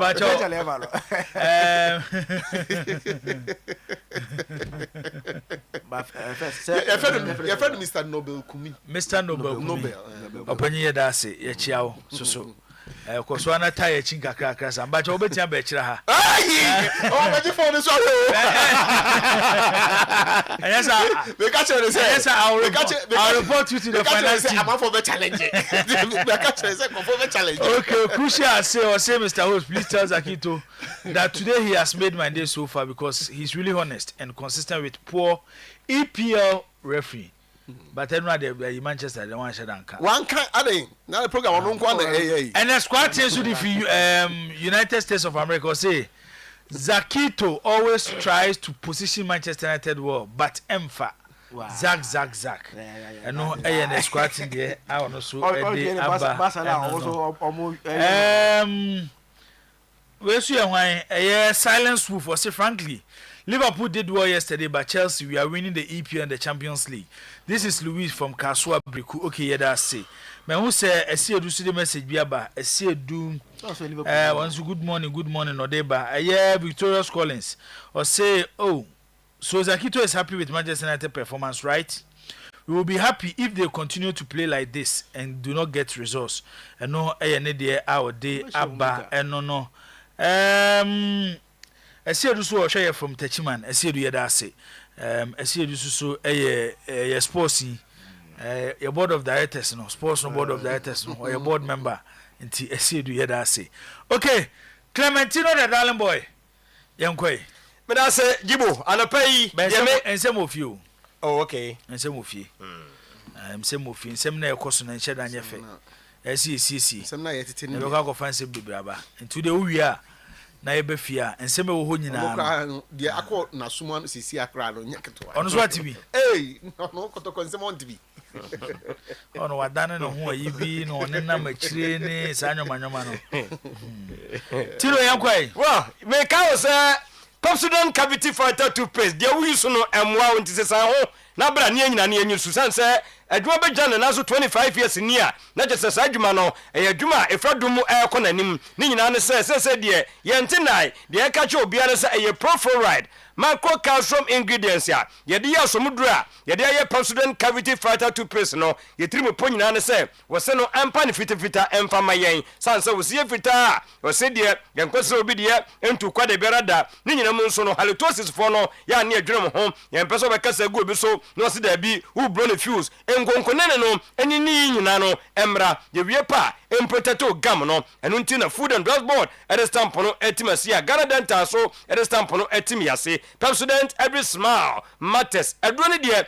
ba akopɛ so yi memma enum ejina ho na se adroban na mu yusu na mo ne ma ne de siani awɔ mpamu a ɛboa mu a wo meka se Fosua Herbal Center Limited na do efense Fosua men powder adro ne nyina ne se powder form ye atuniti no patro san ma wo hwie ne man gu white no mu a na wo modem ade agu anum wo bua wo fansuo okoko wo tin bi mu sanso na wo nkwan bi a wanya wo die kubensuo wo wi a warm water with the fra combination nyina no wotimi ne ye in the next 30 minutes bema na begira bema ne mu wo chance ye se wo di agro won pam wonu oba na hia wotumu say yes wo fra dumu kwa adumu de ma no omopa no yesi bema bedi de wa ma media ya se kom eno nti bomodem na tutumrika se sia ko be Fosua ne men powder ni bi na wan tobi no bi to a obeto no times 2 ana de ma wo ama no ne for de bia no se ye package di kwa ni me ka ne sa wie pa na ka wo se koko ne de ehihye nipa bia wo asase ho eno nti wudidi nom koba de koko ewo ho bomodem na tu koko no ase na bomodem anya Fosua ko bi tesa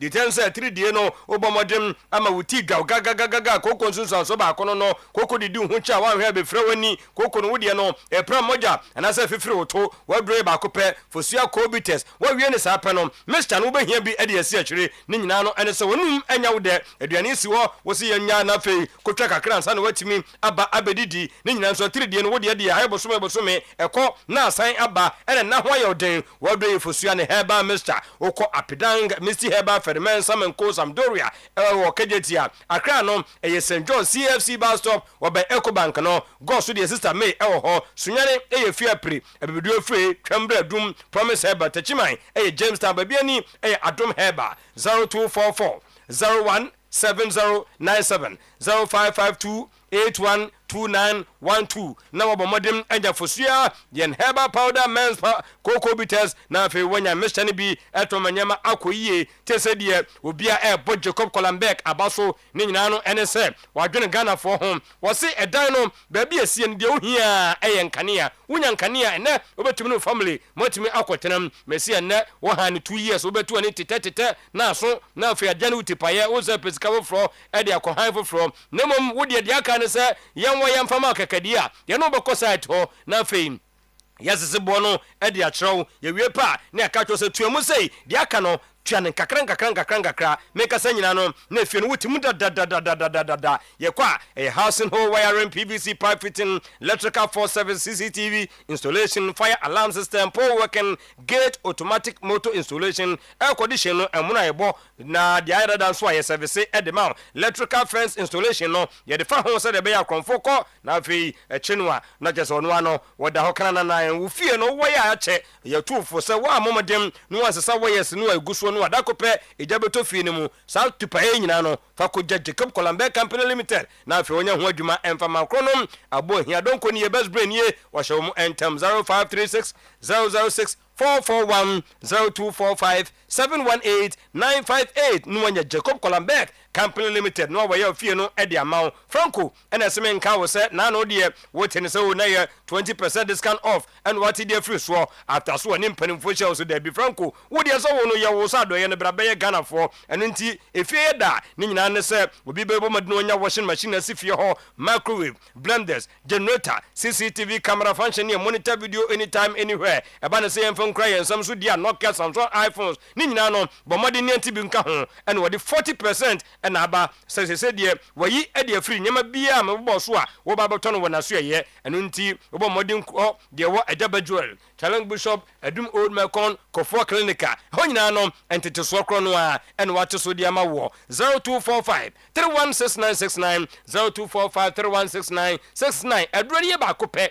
bibini to maplas yɛse o ɔsa no ɛdidi ho akyɛ amasese kwa de nnuane no tua ne etotua wɔ na no awusa kɔ yɛ so mensa ni mako men ne nkyene me bra na wo brɛ wa bra nka wonya bibini to maplas tuase a duane ne nyina obetuma hyase adi wo hwehwɛ mu no ɛkyɛ sɛ wo de ne gastric ulcer duodenal peptic ulcer stomach pain stomach gas indigestion osophageal ulcer ne nyina na busua de obɛyɛ nie didi heavy na duro no bɔmɔden nom wonom a ahotɔ no aba wonim obi ɔyare ulcer sesie yi a tutumrika to bi ma no no mfa seda emfama wo ko Ashtown the Bita Pharmacy ɛwɔ hɔ mo amon kan no okashi the Bita Pharmacy ɛwɔ hɔ twembra promise ɛba hanso obenyan enkrobata ne baako wɔ ha no aba betobi ɛyɛ 0558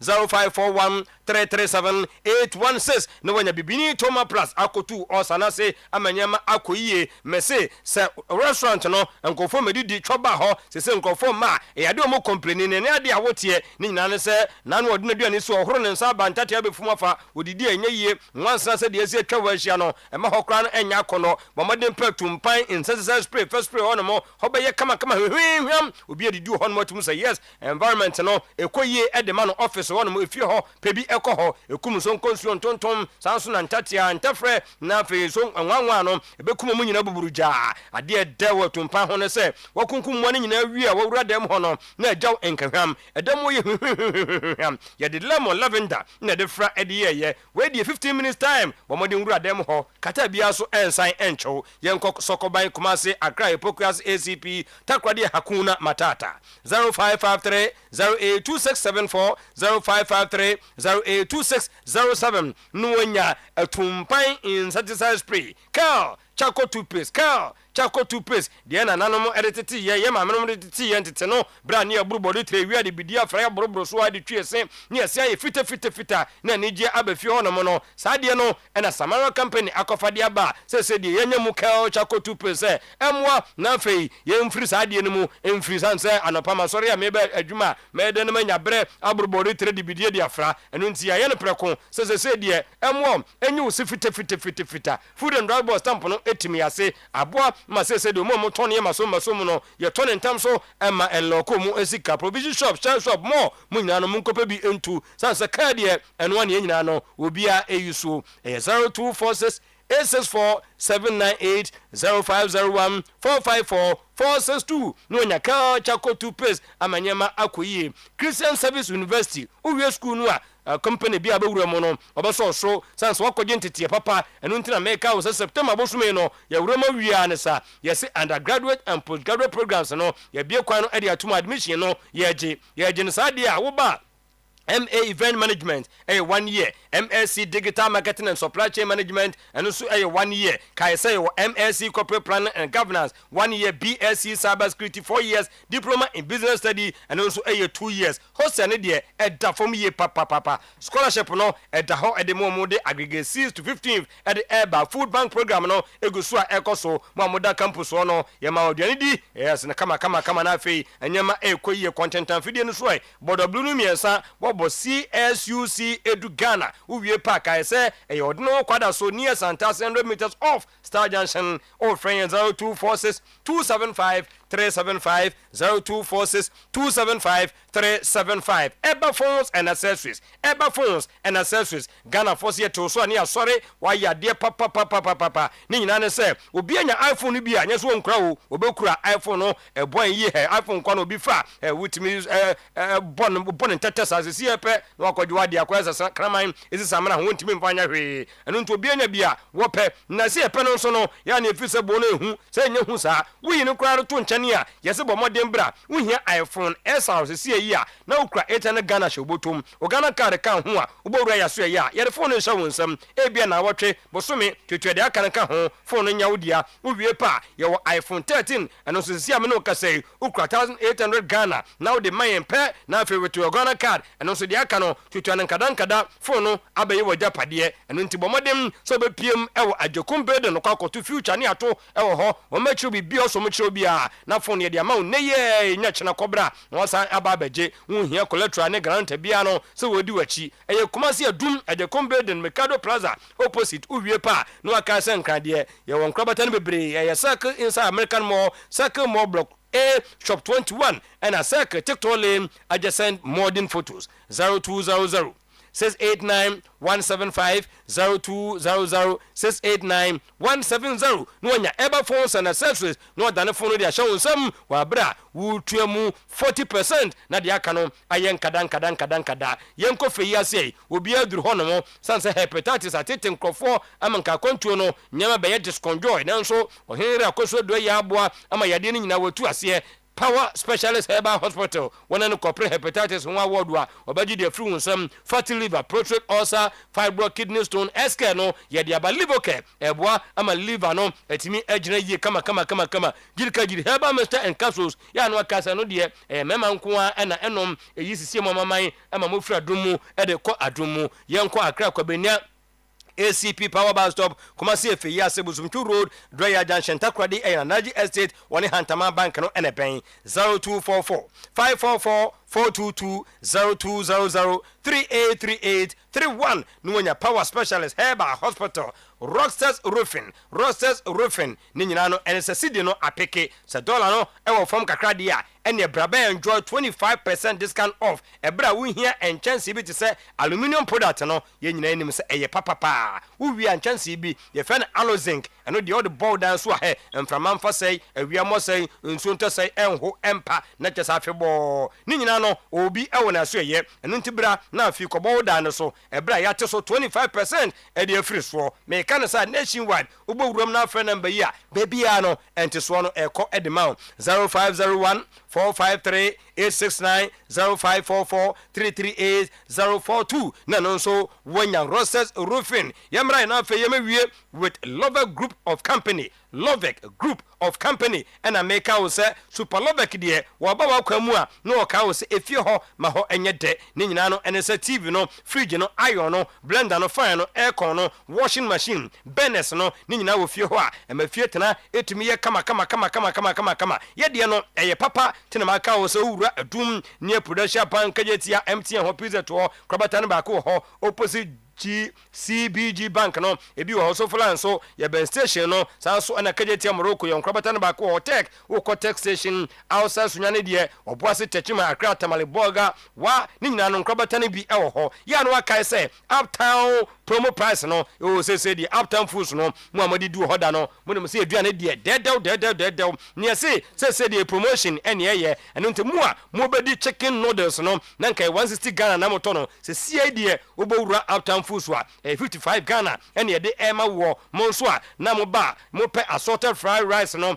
210 titeno na nanke ton no say de yate so 993 and ye ton no ye assorted jollof rice nanke 210 no say 99 Ghana and ye ton toasted chicken no nanke 180 and also 75 your cocktail ni nyina no yate so a obomodem ewura ya so ye no abedi de aduane pa we no a local group of companies and a de ema wokwa jai na je number no se 0596 922 066 0596 922 066 and a monswa mo pe fridge ni TV no bi no mo be friend number on 0501 6356 21 na no so enyema atumi akoye jibo.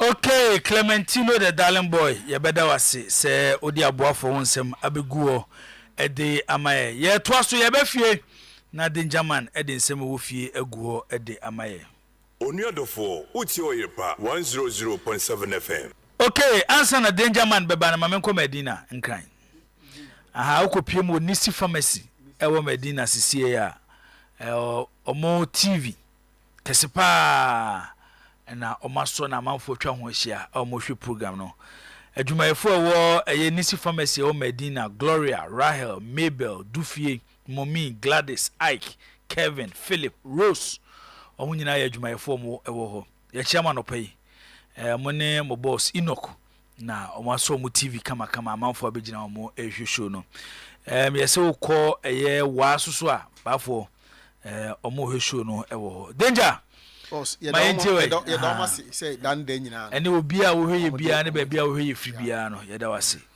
nyamo a ka yenti ba bia ti so ne meche no na ya da Nobel so kume so hase ba unya me ya adwuma no nti I will report you to the finance committee all the way from Abisim Abisim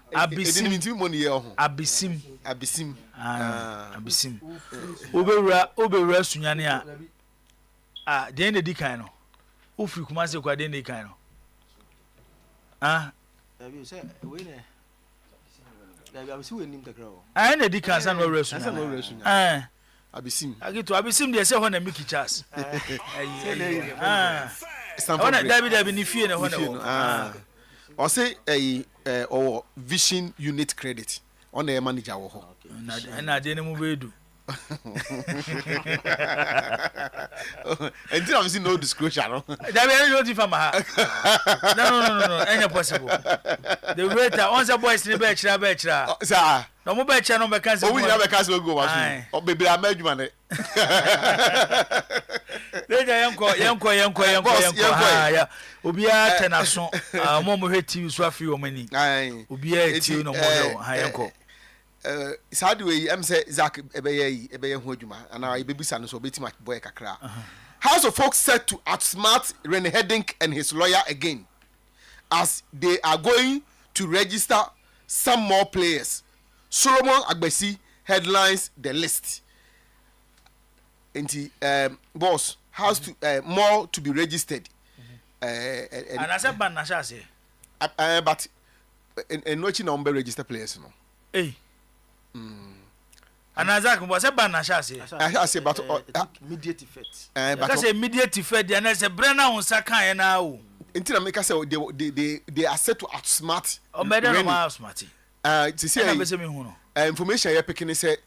So omo register ma bontiana ombe beba bontin agbesi say and omo tweska omo bibia wi omo ntuaye has omo nya ready class omo kutua omo so mpese omo register players no as amateur na so omo nya amateur players agbesi is going to be registered as amateur obere no register agbesi amateur agbesi o ya kwara you know omo say amateur no enye age registration processes no enti eba ne sa no a it doesn't come with a formal contract duration no just one season I say seasonal any other identity no that's a smart way how to are going to go about it any other minti be that there that what be that no sir amateur na say no can like it doesn't go with age but the problem is they can't do it because unless they be unconformed any aware of any because you see no even amateur no you still return to the system system no see ya has the answer to so yeah that is so until you can't register anybody whether amateur and come register agbesi and then say akwa no tie o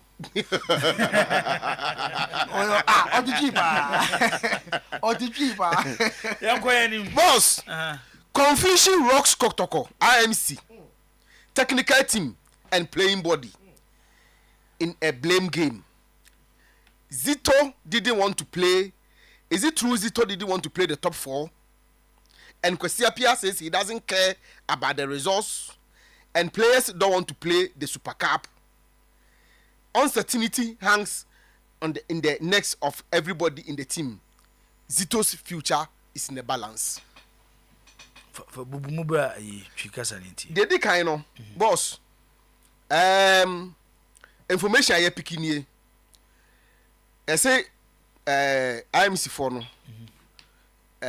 omo ninye no maybe a koso team no Kotoko IMC efa technical team no particularly head no omo ninye technical team no maybe koso omo bonyo so the tosu bie mu no ese na Zito omo ninye Zito nyoma bi ekoso no bebre bi no ma sem bi no kokoso a asa amanfo bo nyoso papa okay de to so biem no sana to for no so na esi na zito sin place na bren kompeso bebo na mpanifo ne ka so onkobo ti do bi kwa no peso de youth side no e na ekobo ti eno so ebobo ba zito sino wo tete se na zito beso mbebo top 4 top 4 na kakotoko na mc fo mo ko boy e na mpanifo se da bi e se obo nti do bi no na akwa ese ne nka wo youth side no kra na ko de bebo to aso nti eno so ye another thing ena kwesi apia so aya interview say ono de you know de omobo no resource no ne ayi no hu hia no say pre-season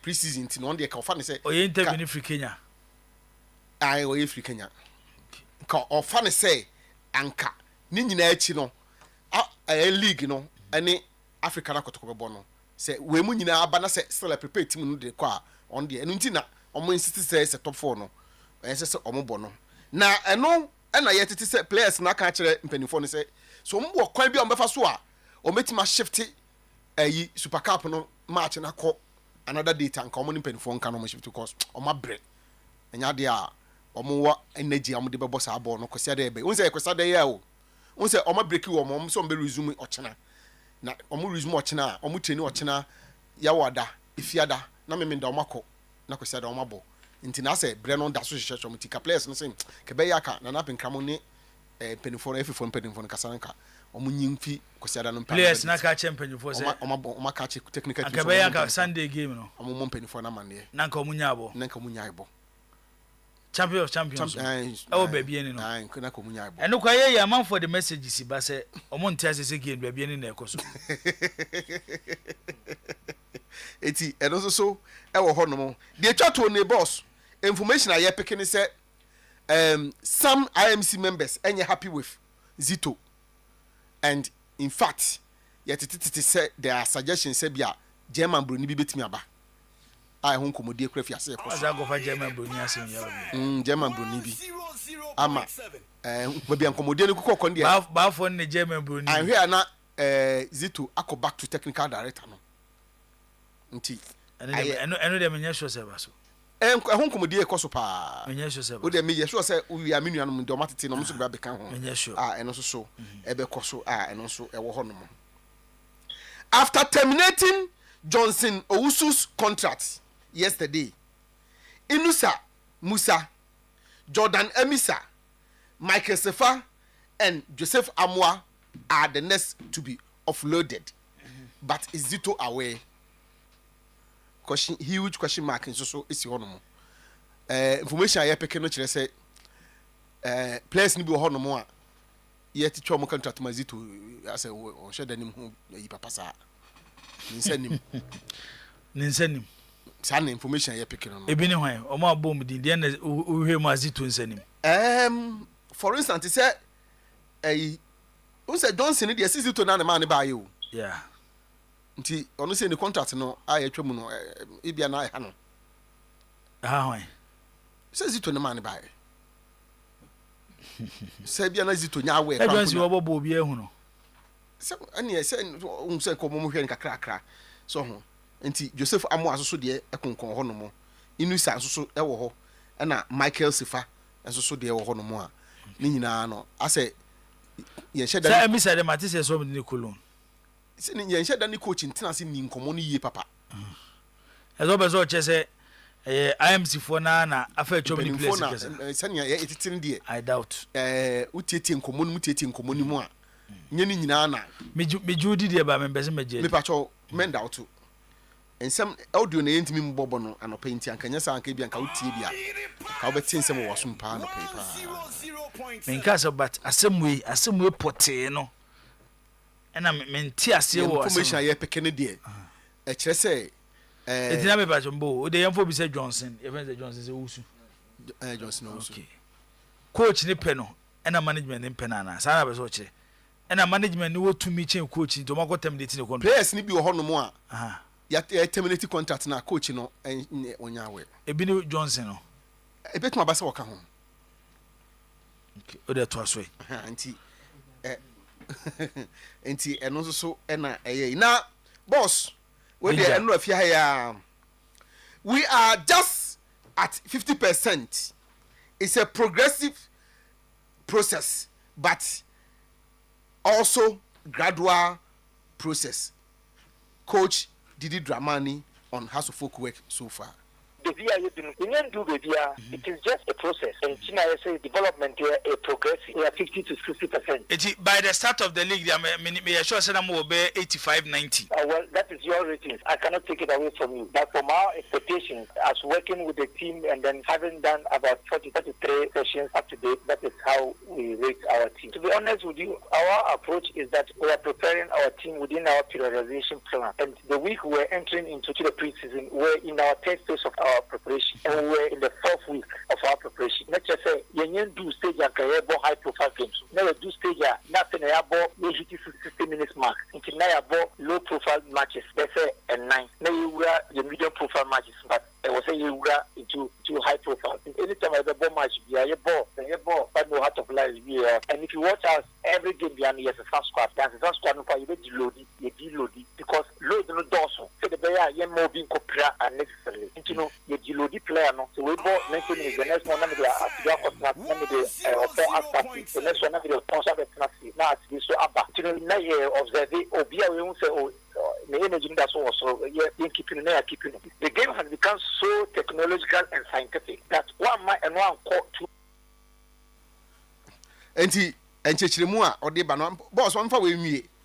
The players are gradually aligning to the culture and philosophy of the club. It involves building a strong identity and creating the right mindset. Didi Ramani on his work so far at House of Folk. I will say, clear philosophy, they are ideas and your thoughts about the game. And you could now, Amaya say, I can say, oh, say, Sadia, and you say, you play a model, any style of play. That style of play, no one can say, I want to clear values. The values, no one say, if you are again in this stage 1, stage 2, stage 3, stage 4, again, now, Obia clear. It's when we know. I was say, Obia would or your staff, or your staff like a kids officer, or your staff like a physiotherapist, or a staff sports science, and now we are assistant coach. We're doing. You know, into the we are all aligned. Say, you cafe, if you cafe, O1, a then O2, a then O2, O3, what is it? O4, what is it? D1, what is it? D2, what is it? D3, what is it? D4, what is it? It will be the who say, you know, yeah, aligned, but they will say stay consistent. It will be the players there, and someone move the maker, and then. And no baby over to Jamaica. And you know, where the Fiana or this Angie na banti. So when you nano said, only in your say, after no more 50%, and a picky baby. Good morning, striker. Hearts should not try to play smart. They are not smarter than anyone. We just have to do the needful to save the reputation of Hearts. Zeti, our House of Folk Chiteni, Kebwadi says here or her from Techiman. Kebwadi say, if it must be done, it must be done well. If Coach Zito doesn't fit for the Kotoko coaching job, he doesn't fit for the technical director position too. That's my opinion. Kebwadi there are also a day free. Techiman our day abba. Benjamin so the other Ben say was the contract terminated unilaterally or mutual. If it's mutual, has the player agreed and signed? And if it's unilateral, are they ready to pay him off all his contract money? Ben so message our day abba and no. You run some but forward in some ego. Say Robert, that's why the amount terminating was the mechanic but the official amount and a babon tenny a mutual the player accepted, I understand, agreed. Okay. Say there will be Jan. Okay. You know, and so the Kakra and also so and so now yet Walid Nema and Tete for Mfuluha. Your big news coming up on Walid Nema. Inti ye guso ye hodwuma nti omunti ha no. All right, eti maminti owe say Obed mamisha sifu abasa kwaba bibia boko de. Okay, 0477 Kumasi Asante Kotoko number is calling as switch off. That's it. Because omunya zero. Anope de omaso. Omaso. So omaso omo de ko Gold Stars. Ma enyanso. Afi na omo fixe. Nkaso omaso. Ebe mo fixe na. Omaso phone, say phone say switch off. Switch off. Omaso. Omo be so aje so omo hye omo. Omo be so aje so omo hye omo nsoi. What do you say? Into obey the year, you never do a person. You do to come will be and say, yes, it's a folk, you're back. Okay. You're back. Say, I'm into it. Bibi aboko de jibo. Danger man den sem na go ho. Actually, Chinyedi. No. Oh, yeah, sure. No say chin. Bibi anu we nsi da. Of course. But first, Johnson upon. Jibo. My information could have said Coach Karim Zito is extremely aware of the decision of termination. Yeah. Okay. And to some extent, Onokrana initiated the attack. Say impending for Tonkosona, Womani Abrantian intermented. Jibo Yansha sim free. Coach Karim Zito first in a so when he say honeymoon period na baby. New manager bounce time no abewe. This is you drew ebunumu, you drew the reality. And it drew reality ya. So want to turn your year jibo. And your man kuyima. Is it to take you over Kotoko? From Coach Ogum Bobo matches Nibia and or the GFA Cup no. Clearly there were issues with the team. But the first advantage for Zito here say one only team in the into who the problems with the team. So your problems from a distance and problems from within. So which in a chat because dear we na we munye, adena we munye. And I could roam out to say ebia we ni we nti no munye, which who the problem. So Zito being a coach of Dreams FC, about observing the opponents. Into be who ebia be some cut matches. To say Kotkofana Nomboni to bet me an idea which normally no coaches use when they are about to play against you. And I'll be a coach in Ankasaswa. Ube who problems at home. So what me and an advantage for Zitoni said Jibo. Or yes, almost 2 months. And Sana fan is a season in Poberry because Zito ball a year about us about Brooklyn Chelsea FA Cup about Mediema. About Dreams, about Gold Stars, about Vision FC, about Diana so, Baba Sports Stadium. And so, all matches when almost in the space of 2 months. What would team no? When the boys started training, into Sunday now 2 are one team, wait to say, one caswa but team na baby. So when it comes to decision making, I expect to say. Unyani right, but most right. Especially obia unim send your court quantity and we say we won't me bo we will bet me about unina. You season no. You who players are court kujo mokwai. And it appeared that most of them because Frederick Asare contract no when renew. Che Jamana contract and when renew. But court kuja did the quine. Zito buy I just am matches ni bebreo. Basically was not playing. A playing and the ball right. Meaning in your plans now who is on wow into man a koi. Kotoko ebeje duku kwine. Odi duku ball some of the matches man who said they be to me bua obejano kwine. Then the recruitment started coming in. Fernando is done Bassi, Nibo, no a winger. And then yes sir. Zito buy out the ball 1-2 be as I'm 5 3 o'clock 20 man squad crowd make it. So it was clear say who is so intimimbo. Because team na down.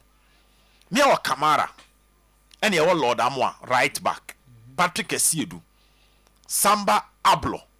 Later all the answer be Bobby when Ablo got injured. Into who say a train hour. Once a function and Bobby Bri under Zito. Michael Sefasam na making. Into be who say okay, me center back on me here one. Me right back and I'm say ajete ko me here obi a ajete no oba be si na nine.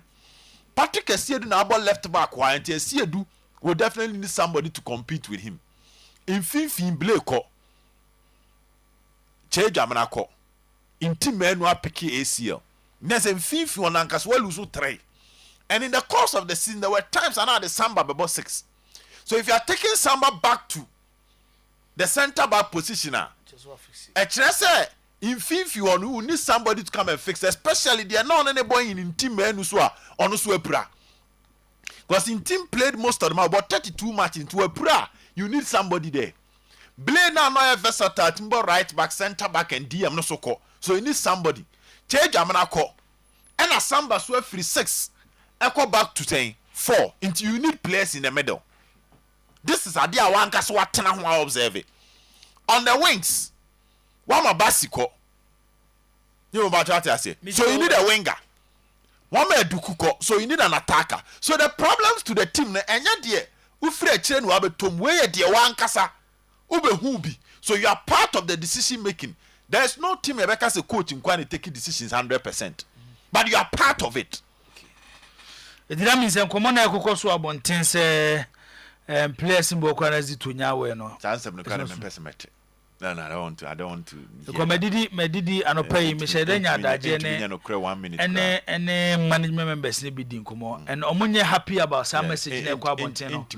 Say, Quabontin says it to the council on the kind bam. This is I know. Many shows on the becan. Say, coach in the crowd, the players no more to do an on your way. Or one near the player ba. Players crana. On person mujo mukwane or one management the about coach crana way. There's chinchina mananko. Okay. And seriously, management ain't happy. Okay. Or money in your home. You tina me start with free. Or more mokoyeno. Any or more con to crew never down. Now, Freddy Kasare call you are going for Aziz Haruna Dari. You on the market, I'm not sure say any Ghanaian could be say Aziz Haruna Dari is not a good goalkeeper. And I'm not sure Zito can stand anywhere and say Unim Aziz Haruna Dari. Shaibu Abubakar na Jibo Obo right back in the absence of Lord Amwano. Or no, Ismail Dede, and there was one other player, Mohamed Alassa. And a bay observation worked Alasa no oko. Ishmael Dede, former Dreams FC, Karela United. Omomi and son a baby observation boom. John Baby and Adakwaja Chomonam boom.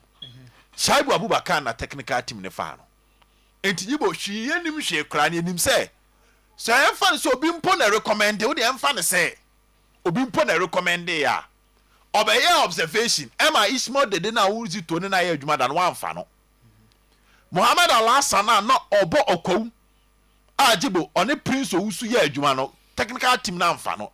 So that should tell you that even if Saibu was recommended by somebody, the technical team saw something positive in him and Omafano. Credit to Zito. Now Zakaria Fuseni. Zakaria Fuseni there. I'll be surprised if somebody can tell me say Zakaria Fuseni there be sure become. Because if you are talking about the defenders in the Ghana Premier League, you would definitely mention Zakaria Fuseni. Any antese kotoko, ebi analyst be da defender be woman and management kofa Zakaria Fuseni. It was a signing out to say, Ayadiana yabubo ho ato dada, yabubo so ato say ye kofa we. Very difficult to take the coach out of the conversation. Now I am brain fin. One player could signing in Tempa was Johnson Owusu. Two Kaimande nearby could signing Johnson Owusu and away so free him. Because players are attitude omudinse kotoko open. Dibo yahu more observation obian form that time could you say your observation. Inusa Adams your observation. Shaibu Abubakar observation. Guy back who can know Legon cities. Nibo bear 36 players here be good way omina. Let's say Legon City boy na amwano. Omanfano no amwa was later amwa anka observation for no okay your hand who say amwa ba honor prince amwano no John Joseph amwa one was still a part of the team. On a part of the team. Okay, all right. Jibo some players be 36 be good training grounds so okay our time now but the technical team and no selected Philip Amono. Yeah, okay Philip Amo Kudus almost select Yunus Adams so buy almost select you so even if we say Jibo say oh share near faculty players one by one. Maybe I bet I could be said Donzu. Also, those in the last season and I could call pen. To those who then I say Mukwala. When na ya mo ko anama so kuna di so mo pemu kwala anye ya later mo ko fa ne bai. So you can say bi adonzu no ebi ono instead anye zito recommendation. Okay. Oh, but when you donzu no kura for say donzu ba Ghana no. Odi ka be training for about 3 days so. And son also akọ back about the signing. Okay. And even with donzu no, you can even make a case that the technical team was given an opportunity to watch him. It is uncommon baby a free ban. It should not be a starter. Any question a starting free baby. People must take responsibilities. People must start acting.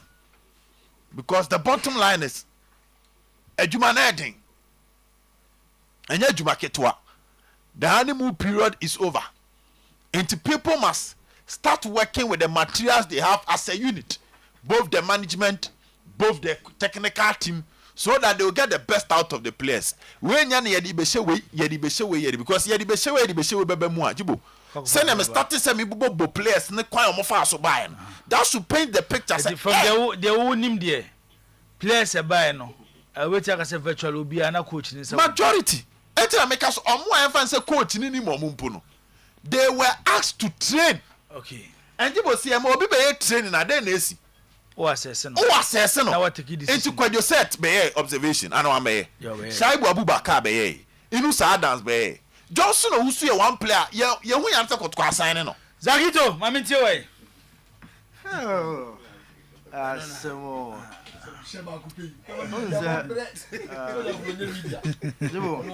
Zach. Johnson Owusu. Ana. Eno na Obia Kofi. Ode abo say Johnson and Johnson. Obezo kai Johnson and Johnson. Say we. Cosmetic product. Okay. Johnson and Johnson. Okay. All right. Isaac Afrano say some of you media guys are part of Kotoko problems. You always press panic button too much. This has been going on for many years. Why? It's like you people see you people want Kotoko to win every game. And no, yeah, Afrani Isaac. Afrani Isaac no South Africa no. Also Afrani Isaac. Okay. And Ponseje was Ghanaian coaches like connection players too much. This Johnson upon guy is over 30 years. And there were no trials or observation. You hide him. And direct registration. Now it tends to hit you. Okay. I know I am Ponseje so there our day abandon. Zach, Mamintiwe. Jibo.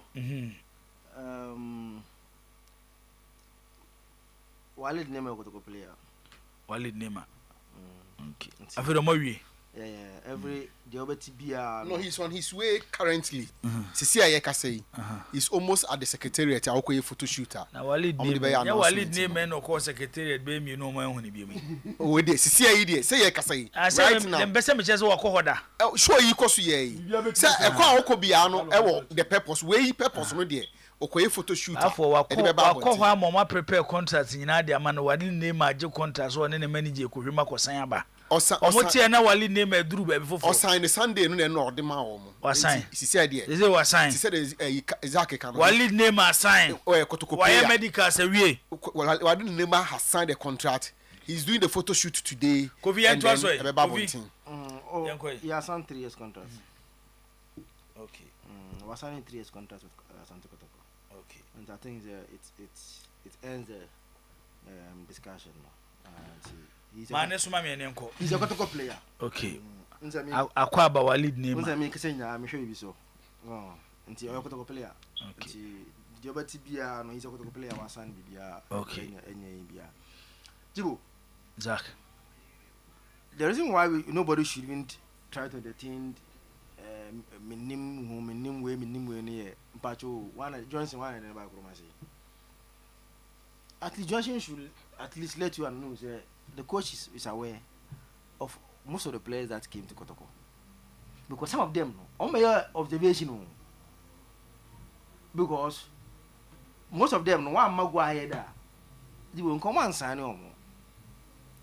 Eti Zito say no okay e bia nyo ono bia nkodi nko bia ntoko no na aboni trim na o ka na asem but nobody should entertain na we nya as almost o mo ke cancel no obi from na obuso na mote no mso coach na ka kire say almost so see Kroma say eno na ede problem na ba na which e too early so tell me chana say Ghanaian coaches na a pre-season na team na kobo opportunity akotoko nya ne say enye league ni akase free kotoko nsa enye Africa ni akase kwara yi o mafrim wo de kwa access players say kwa the transfer window ya sa trim anti player no ba no onya de a say we kwa enye ya ho pepra anka players bu anka trust na say top 4 na komdom kwa yi na wo top 4 ni wie ni he na mbode mbo wo so a na e de wa be kati wo nya de na nka eja kwan.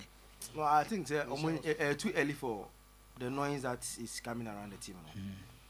I Domo mo didi nkomo wa chi no munyai. The minimum say Jibo recruitment na bi ho a o ma anye ni for that one we have to be honest with them. O ma anye ni because one obi say inu say ya and the rubber stop okay what okotenga then okotenga no mo de sana no I want to me person me who say training na no ko ye no obe wona na mo smart control de no ye no ba obo no homoden and afi do nya de the man obi obo no homoden afi do nya de ene on tena we clearly no o ma nya obotre anye recruitment na so observation o ma anye ni you don't come and observe player training down and ntina people say na Jibu you should follow games you should be follow competitive games that you are playing near the scouting report na bless monjem fans any player Jibo training na me jina yi kra afi mo bo edu mo ko jina kotokenga say training ya o me sane me just na bo na me bo no training ene ya you from go they will sign me because boy na bomb on pass me mo no bi anti mo sa pass libi kotoko ehuna ma ni o no ma pass post school Jibo obi a oni mi bi anim say me ya pass dia pass dia unti me but training dey Jibo yan fan you only need to assess you already players are order that but say obi a ba just for training o say enu ntina me dey go sign no because training no tackling be on power unko defender me na call because officer training ba match mo man nko odoga no eti sa de na de bia na ye training na observation no ye njai ye be player ye shut them obi scout bi no nko observe no bobo so be ye training so na hu na bo se odne tubo ma na afa wo but they all kind of makamre be player bi ba kotoko not enough interest na even Lazio ba for the be hu no adana akwa ne be justify that na Lazio gina so pa we Italy o ball Lazio for top and down rich park akwa ba pajaro ne be si no Lazio hey ya cross ball na akwa ni tie bom pa net Lazio e fa na sura na ball ne da net fede kwase da dunia de Lazio ko gina baba ya Sports Stadium Lazio ne ma short so na tra scoreboard na akwato akire o hey Lazio ni na ba Jibo Saturday enjoy any proper scout to sign players because any good for the image of the club say you sign player and they jano kwai you sign and they jano kwai you nya but any recruitment ni okay because I too many kotoko we ba in the last 3 seasons in how many players have kotoko sacked and what kind of recommendations and omunya to sign those players okay Jibo you nya but na bibiansi listen top for pre-season because the supporters the more top pressure mawa this old one you see they buy the pressure for themselves na for in aba and I was a certain confusion with team because supporters need pressure say wo ye team no wo ye say the be supporters anybody it almost started some more top pressure man were confused yes to one hwe ya no one show leadership skill na fe ko fa problem aba alasan boss wa bass me ba so coach papa de wunya see how Didi Dramani is explaining things. It's like me lecturing, sitting in a lecturing hall. Wallahi, Watara can't relate. Okay, Alasan was so what the other band. Give you we are no paying your day. Abbas with you. I would meet Abbas with you. Meet Abbas with you. For your focus, yeah, can I quite damn of Kijamre? Oh, by your friend, I can say, and Yadum, you could be more cry, Bedrua. Ma there was a house of folk ye be a man supporters energy be an house in Sunday no. Ma sabi we as ubi and why bona was re. Cause your bronca said the home. Intinra Sunday no, the action run in the house of folk fan be out the Pia Passad the action time. Na at the action Mandia or the over catching a supporters. And then run am yadum ye network ya the bremo madaroman and network afa baby ah. You see Reza General for frame 0477. That's something got to number as call and switch off. Is it resident for frame? I'm going to say me pa memra now mo register mami. Register number mami network ni mami. Na bibi anya kama. Into a man for nye ready. If you want mami come in the street na makoyi ya ngrata asem nyina network na afa. Be dey be ya ni because ye. Na edi ka ka chi ofi ase. Se wi asu swap na we dey da. Na pandika se jaya wonti ase. Ba wunyini wie. Now so what you now for president kwale ye dida na be mu se de na wusa na empany for kan na no kore wan so di ni wo hu kotoko defender no go no share no na my friend Mr. Ansa I don't know many best goal of the tournament Ronaldinho pass Ronaldinho he ba bia no pass you any defender no go sua e Ronaldinho pass kotoko defender no share go no design Ansu go now share Shetia or Shemago. Your friend no look pass. Thank you, no look pass, Ronaldinho. We are now what you are. Remember, Bizama pass. But boy, you are Mizanza Mama old. Yantiasie. Jomu Yushimi, Gakato for a boy and best go the tournament and go no. Okay. I'm Yushim. Nadia do your crown say. Yedie, your boo yam na ya. Your boo was smart on Sabashari. Uyina moja ni mwa asotro na yawo na abehunu House of Folk supporters ya ka to sa de fe ni ner se ya duru fo ompe yempe ni yepese ye de tokotoko se ya nya one leg ni ya nya 3 ne 4 ne eni be nya 3 ozi ya sa 3 ko chefo okay ani ya be nya 2 ne ya nto so nwumre eti ye se ushia kotoko a ner 4 o ma 1 ne 2 ne 3 ne 4 ne oya de what you say unim de ntena ni age so o share me wise and come ha nti say obi onim bo no utim ko he no a wo hia se wo kansa nti me ne ya adwen say kotoko de wo he ne de a mo akwa Abraham abri ti se wo twe bebre bo mo fo bebre wa twe na bebre no gina ho atu obo no nti mo ankasa mudi se mo ka because me nyini se ko hetim kitu abi abba hakora be kasa kana ho de nti na ya kan so bi ho de yamfa nto chacha said they will can we answer the next match be abobo bi